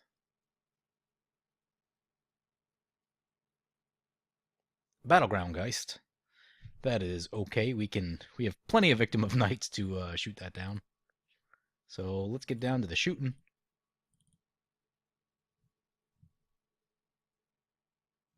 Get a Falcon Wrath trigger. Ping our opponent for 1. We go up 1. Get in with the combat damage. Opponent now down to 15. Play our Spectral Rider. And pass the turn. Opponent's still sitting on 6 cards in hand. We're down to 2. We need to draw into more creatures. Unfortunately, I don't think I built a great sideboard for a more spell-based control matchup. Things like Night Terrors and what's the 4-mana guy you sack and makes him discard 2 are pretty good against these type of decks. Because you basically just 2-for-1 them while they're just trying to hold up spells, and that works out pretty well usually. So opponent plays a Scourge of Gaia Reach, card that I really, really like, and I tend to... you can usually find it fairly late in a draft, and a fairly late pick, and I find it to be pretty powerful, because there's usually at least 1 or 2 things on board. It's usually at least a 5/5, so I like it. But in this case, I am going to shoot the Scourge down, another Victim of the Night, get another Falcon Wrath trigger, ping our opponent, gain some life, go into combat, get our opponent for 4 more. They're down to 10. We are at 22. And Rolling Trembler won't get us right here. So we'll just run out the Chapelgeist and pass a turn. So Rotting Fern Snake's definitely going to come out because of the Rolling Trembler, and we'll go with the Stromkirk Patrol, which isn't significantly better, but at least it won't die to the Rolling Trembler. Opponent's going to flashback their thing twice.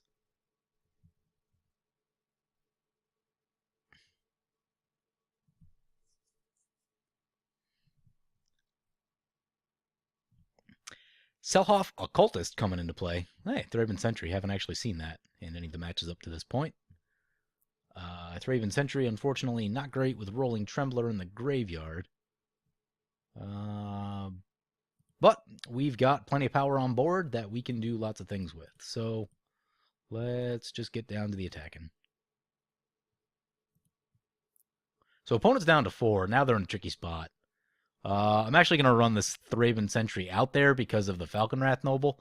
They would have to deal with the Falconwrath Noble first before killing our other stuff. Otherwise, we just killed them with triggers. So, feeling good. Feeling good about this.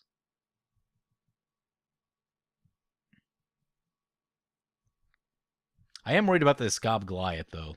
That thing is really hard to deal with.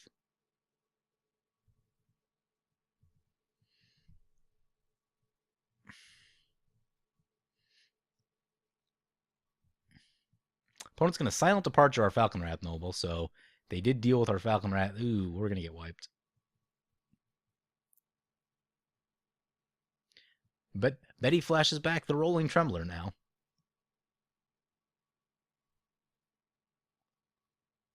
Yeah, yep, there it is. So we put opponent to the test to see if they had a way to deal with our Falconwrath Noble, and they did. Not much you can do about that. That does happen sometimes. Unfortunately, the Thraben Sentry no longer with us, so its trigger is irrelevant. Opponent's going to come into us for 2. And we're down to 20. Opponent's got 3 cards left in hand. We'll run the Falconwrath back out there. And swing in with the Chapelgeist. So opponent's still on the back foot. They're down to 2 mana. Or they're down to 2 life, rather. They can flashback Silent Departure, which is annoying, but doesn't outright save them. And they scoop it up. All right.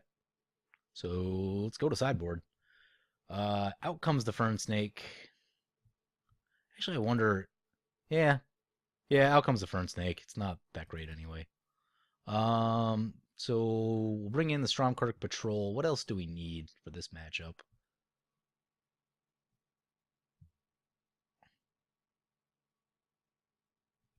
Haven't seen a Geist Flame yet. I'm bringing the Markov Patrician.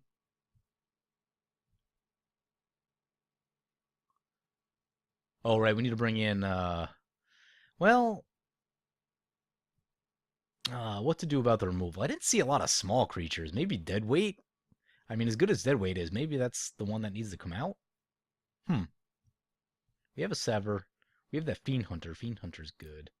Although, Fiend Hunter may not stick around long enough to be super useful. We'll drop a Victim of Night for a Rebuke, and we'll drop the Dead Weight for a Rebuke. That way we're well set up against that Scob Goliath in case they get that down, because that thing is just so big that it just wins games on its own sometimes if you don't have an answer for it. Because its toughness is so high, there's almost no... I mean, you have to like 4 for 1 that thing if you want to block it. And yeah, that's just... Chances are if you're doing that, the creatures around it will probably kill you.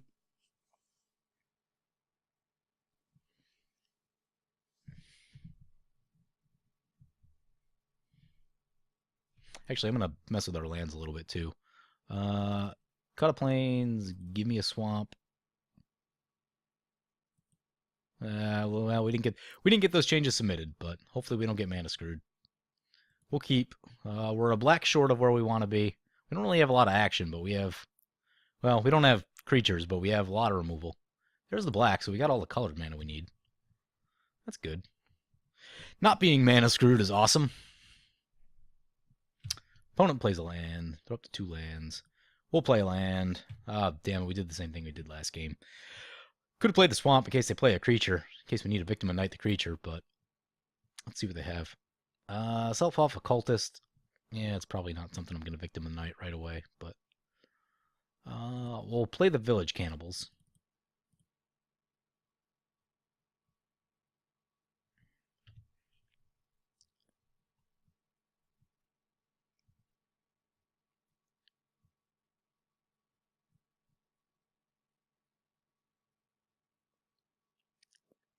Ooh, so opponent has a 3rd color. They didn't show that in their first game.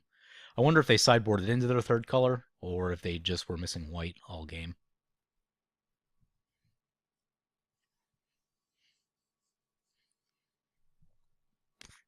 Oh, Grasp of Phantasm. Oh, God, that hurts. Grasp of Phantasms. Village Messenger going back on... Or Village Cannibals going back on top. Play the Plains. That hurts because... This card hurts because you lose a draw step because of it. And that is really punishing. I'm going to run the Village Cannibals back out there. We're not under any immense pressure. I'm going to try to avoid using a Victim of Night on this Occultist. Our opponent seems to have a smaller number of high-powered creatures, so...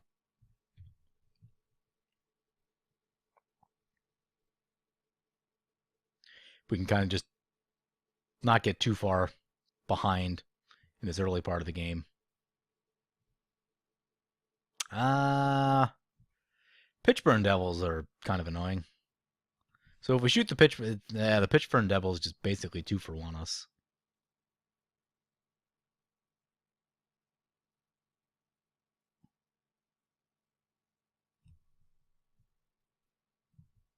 Really don't want to, but we could sever the Pitchburn Devils.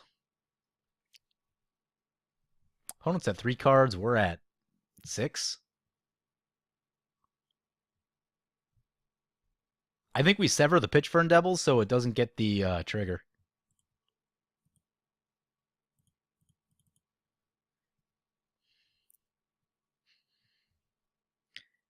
So other things going into that. This deck doesn't appear to be... Our opponent's deck isn't particularly fast, and for the most part, our deck hasn't been particularly fast either, so we're okay. This game will probably go long, and we'll get enough mana to flash back the Sever, which will be good. Ooh, that's a Heretic's Punishment. That's a card.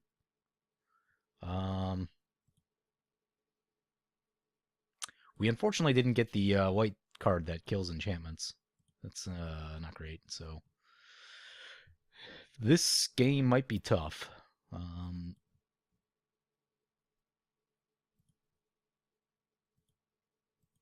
Attack with the Village Cannibal. We'll play our Thraven Sentry. Not super... Something's going to get pinged down, I'm sure.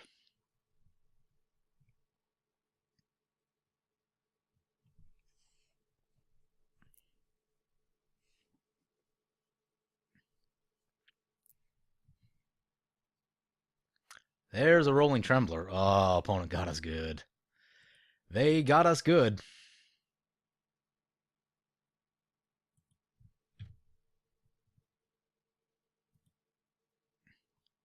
So a bunch of triggers. Opponent decides to mill us. We lose a Fiend Hunter and an island. Mask of Avacyn. Ugh.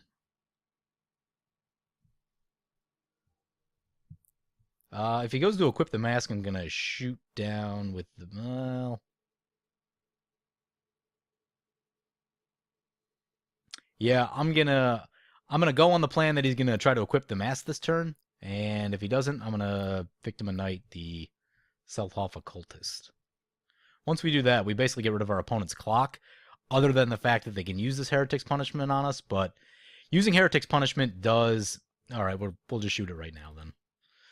Using Heretic's Punishment is basically going to tap them out for the turn, and you can only activate it so many times before you're just out of cards in your library. They're still at 26, but still, it's a thing. We lost Plains. Oh, hey, that's a Silver Chase Fox. And that is perfect for blowing up this Heretic's Punishment. Opponent has blue mana open, so we need to not run into a counterspell. So we'll run out this Chapel Geist first and just see if we can get them to use their mana doing something. And clear the way for our Silver Chase Fox.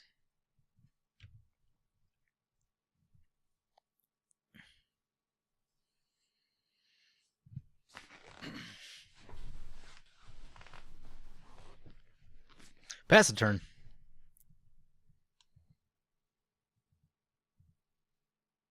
Alright, so opponent Heretic's Punishment's us at the end step. They milled a Battleground Geist. What is it, 3 cards? Yeah, the Battleground Geist was the one they hit. So they're going to Silent Departure our Chapel Geist. It's kind of bad because that ruins our clock. We're probably in a position now where we have to go after the Heretic's Punishment. Let's hope they don't have a counterspell. It's basically the plan we're on.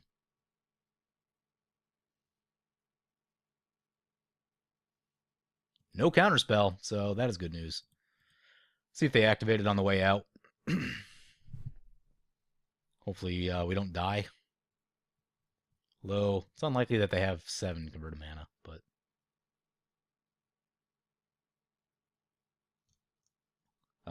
Three lands! Alright.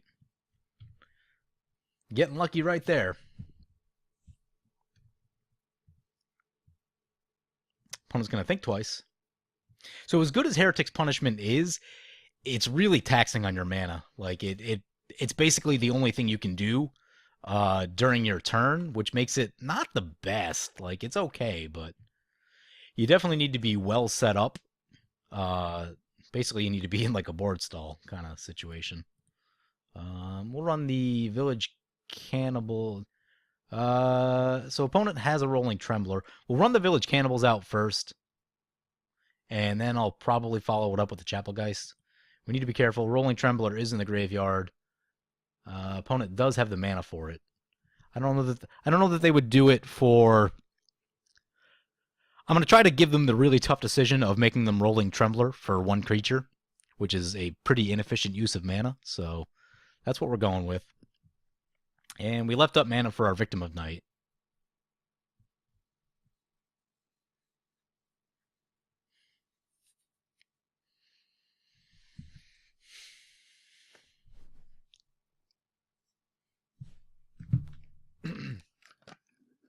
Opponent thinking.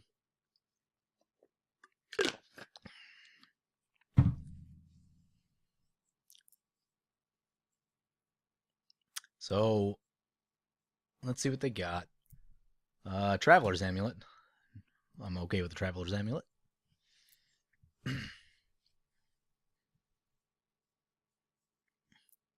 Sack the Traveler's Amulet. Reveals a mountain. Opponent's down to 14 cards in the library. They'd have to mill themselves a few more times to get there. I don't think this game's going 14 more turns. But you never know. There's a Silent Departure on our Village Cannibals. So opponent just buying more time. We draw land. Land is actually good right here.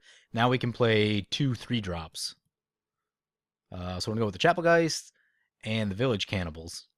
And specifically, I'm going that way because of the Rolling Trembler, which only hits the Village Cannibal. And if he wants to tap out 6 to blow up the Village Cannibal, I'm okay with that. Opponent down to 13 cards. Moon Heron. Well, we've got one Victim of Night. Oh, he's going to equip the Moon Heron. Well, that's kind of a problem. Moon Heron's now a 4/4. I don't know how we get through that, honestly.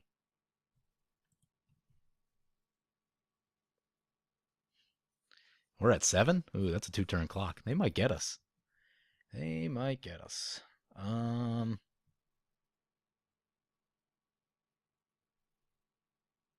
We could bluff Moment of Heroism. That's a thing that we could do.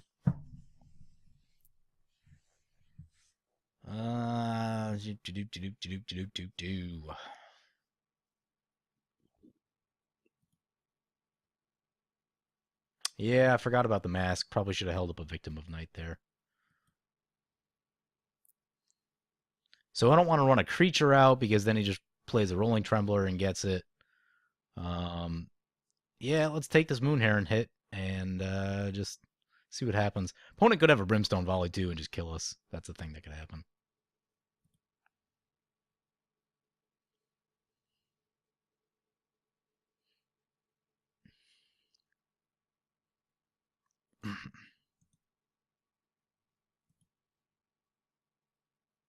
Opponent's going to think twice.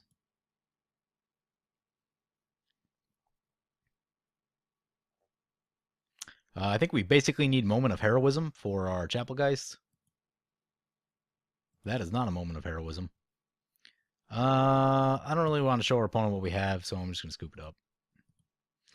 Take our chances in Game 3. I really want this. I think this deck is good enough to be a 2-in-1 deck and not a 1-in-2 deck. I would very much like it to get there. Curse of Oblivion, huh? Opponent is playing a somewhat graveyardy kind of deck. Man, that's... Oh, man. As bad as Curse of Oblivion is, I wonder if that would actually be effective against our opponent. Or if we just want to be as aggro as possible.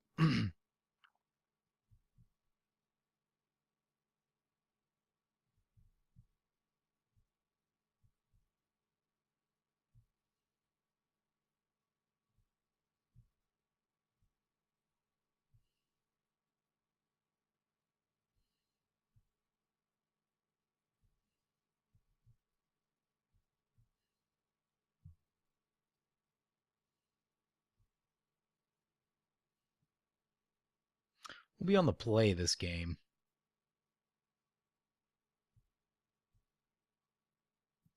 I mean, if opponent ever doesn't find their Rolling Trembler, I think we are heavily favored to win.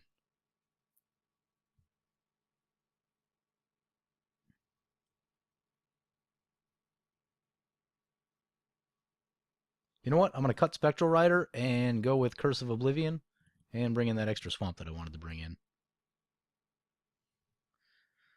As much as I like Spectral Rider, I think it's hard to cast on turn 2 because of the white mana, and it's just going to get caught up in the Rolling Trembler. As much as I like it being basically unblockable, I think we could actually hose our opponent pretty good with the Curse. So we'll give it a shot. We'll keep this hand. We got 3 lands. We got double white, so we can get our Chapelgeist down nice and early. Play a Plains. Pass the turn.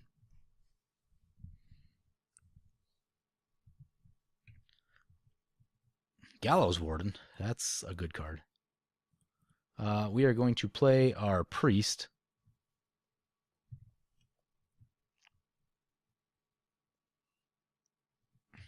I haven't seen a lot of like really hard removal from our opponent yet. So player Plains, but a lot of it's been bounce and Grasp of Phantasms type stuff. The Rolling Trembler has gotten us very good, but other than that, I haven't really seen like Brimstone Volleys or things like that. Not saying that they don't have them, I just haven't seen them yet. So I wonder, Gallows Warden may actually be able to stick around other than the bounce spells. Opponent plays a land.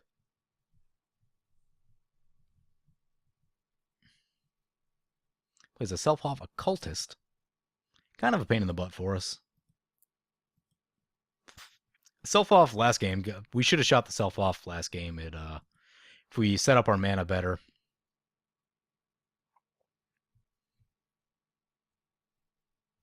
So we could go full aggro mode and sever this Occultist on the assumption that our opponent does not have a follow-up creature play. And I'm going to do that, actually. Opponent's not running a ton of creatures, and we're on the play, and the tempo favor is on our side right now, so I think we just want to keep the gas on and really, really force our opponent to have the answers.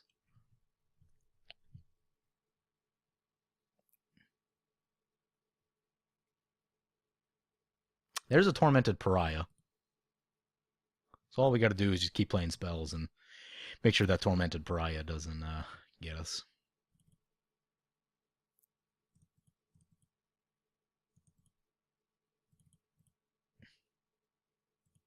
So play our Chapelgeist.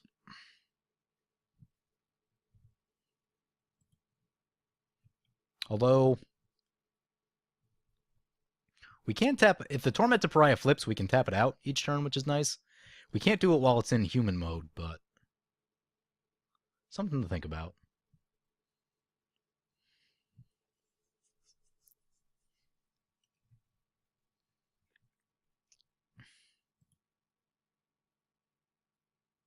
Opponent's going to come in for 3. We'll let that, we'll take that. Might just get into a racing situation with them.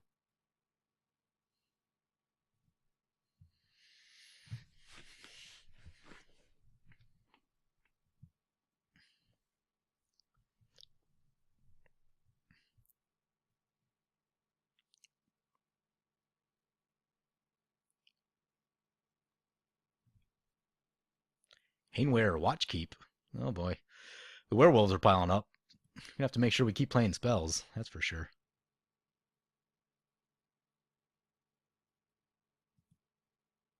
There's a Plains. Plains is good for playing spells.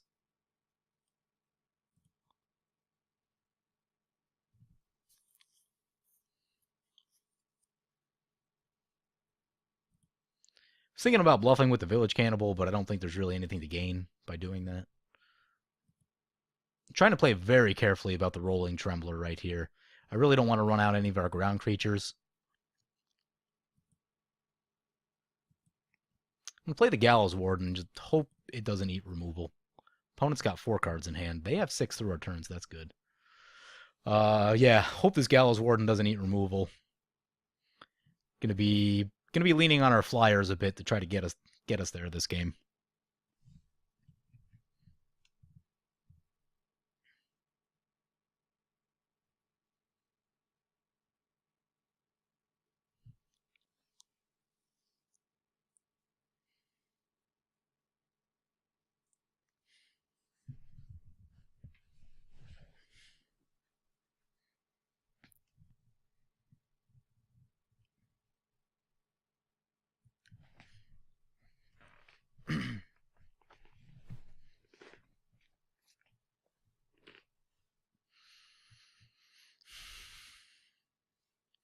Unfortunately, our Victim of Nights aren't going to be great against the Tormented Pariahs.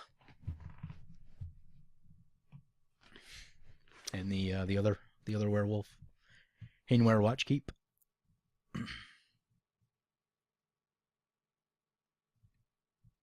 Like the werewolf photo in that.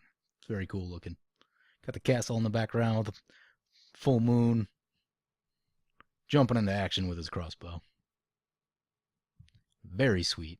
I wish the defender side had just a little bit more power. It'd probably be OP if it was, even if it was like a 2/5. But what can you do? Sometimes it is just really hard to get through that Hainware Watchkeep, though. Very odd, since red doesn't usually have defensive cards. So opponent decides to flip their werewolves. And this is going to make things interesting for sure. So their creatures are now significantly bigger. We still have 2 flyers. But it also gives us the ability to tap out. That's a moment of heroism. That's very helpful.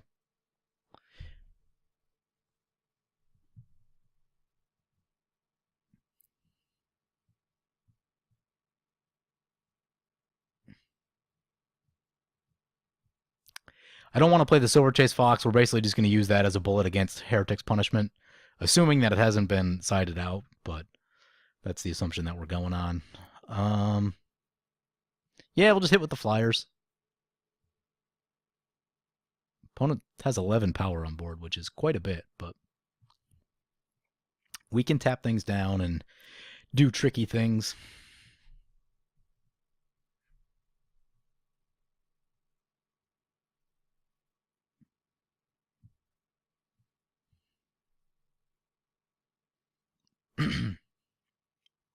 So, opponent going kind of slow right here.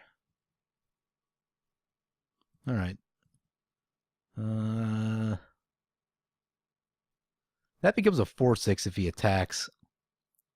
Yeah, maybe we hold back the Chapelgeist and get in with the Gallows Warden.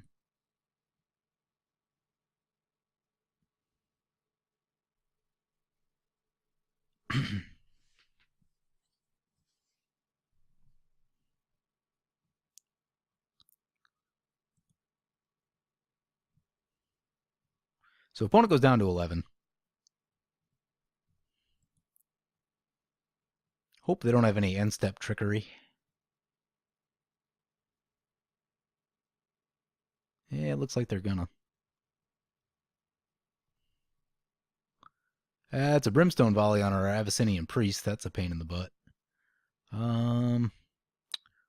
We could save it with a moment of heroism. That's something we could do. I think we make that play. Well,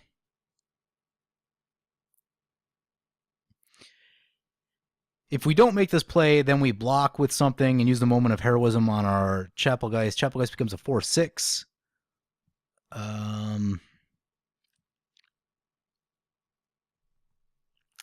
If we let it go, the village cannibals will get bigger. And then we can use moment of heroism on the village cannibals. Yeah, we'll let it go.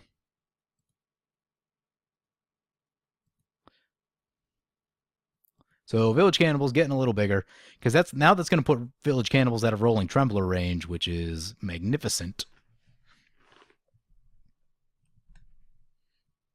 And we can use a moment of heroism on the village cannibals to actually kill something and survive. Actually, no, that's not true. So there's a Grasp of Phantasms on our Chapelgeist. That's bad news.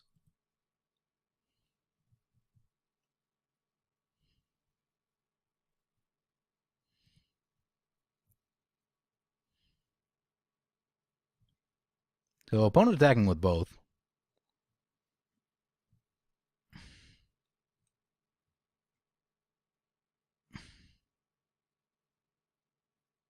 Well, we block. Yeah, I don't think opponent's going to have any additional interaction. That'll become a 5/5. That would kill that. The which one's more annoying? So the Haneware Watchkeep is harder to get through on the ground. When Tormented Pariah flips back over, it's a much easier card to deal with. So I'm going to block the Bane of Haneware.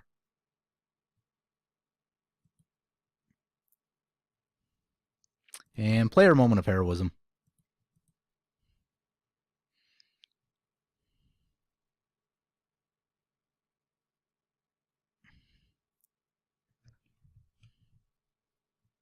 So those trade. Unfortunately, we had a 2-for-1. We had to go 2-for-1 right there to take that thing down, but getting it off the board, I think, is important.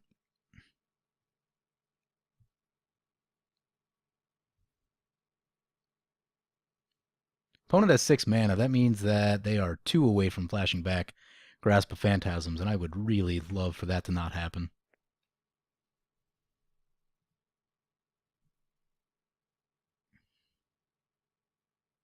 Chapelgeist. Choices here. Well, we'll start with combat.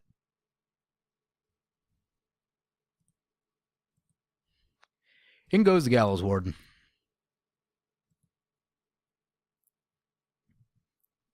I mean, if we play 2 spells, we don't even need to deal with,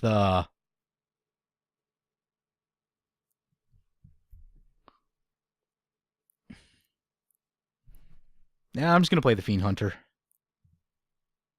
Well, Hainwar went down in his last turn. He could have the Goliath.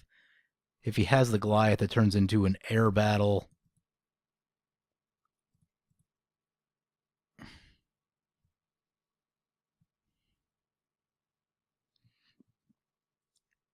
If he doesn't have the Goliath, we're in great shape.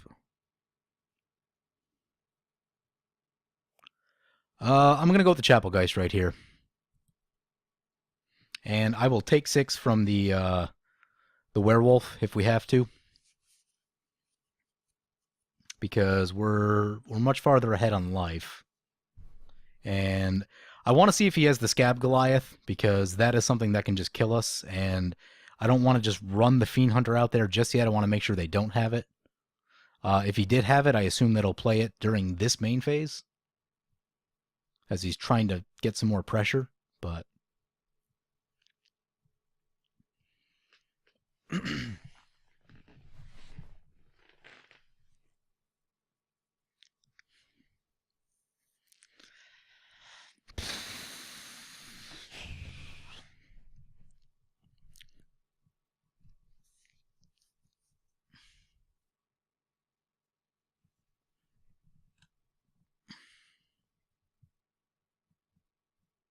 Moon Heron for our opponent. Did not count on that.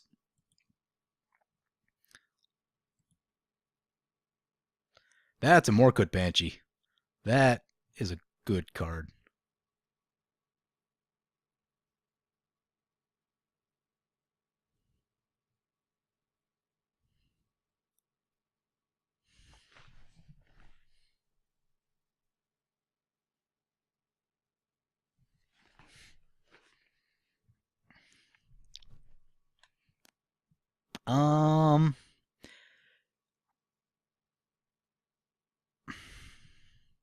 So potentially we could trade our Gallows Warden with the Moon Heron. I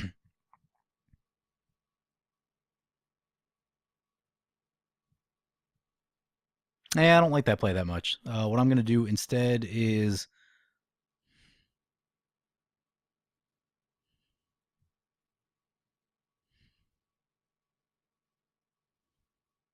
Actually, yeah, if we do that, then we'll have a Chapelgeist left. So if we do that, these two will trade, and then we play the Morkut Banshee after, and that'll kill the Tormented Pariah. And that means we'll have a Morkut Banshee and a Chapelgeist still in play. I like that.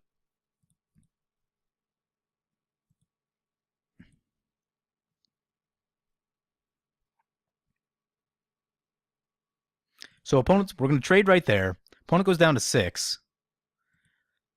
And then we play the Morkut Banshee and go for the blowouts. So Morkut Banshee can be really hard to set up, but if you do, now we're in a very good position. It can blow games out if you're not expecting it. And I mean, opponent basically had to take that trade. They couldn't really take the damage off of it. So we had set everything up very nicely going into that play.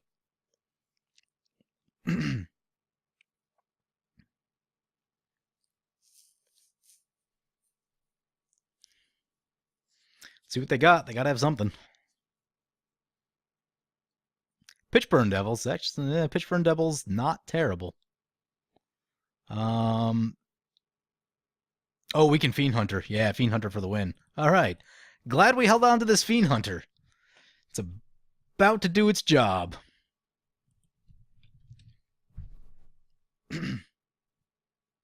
Bam, there it is. All right. So 2-1. I was pretty happy with this deck. Having 4 Victim of Nights is awesome. And I wish all of my decks had 4 Victim of Nights. We went pretty hard with the removal. We didn't have a ton of really powerful creatures or really powerful synergies for the most part. It was kind of just play a ton of removal and use whatever creatures we had to get in damage. But yeah, no, it was a lot of fun going through this Innistrad Flashback Draft. Again, these videos are for me as much as they are for you guys, so I'm not going to be editing them. I'm just having some fun messing around with them. But I hope you guys enjoy it, and feel free to check out my other content that is nicely edited down and very easy to consume. So if you guys made it this far, thank you for watching. And as always, feel free to comment, like, or subscribe. Thank you for watching.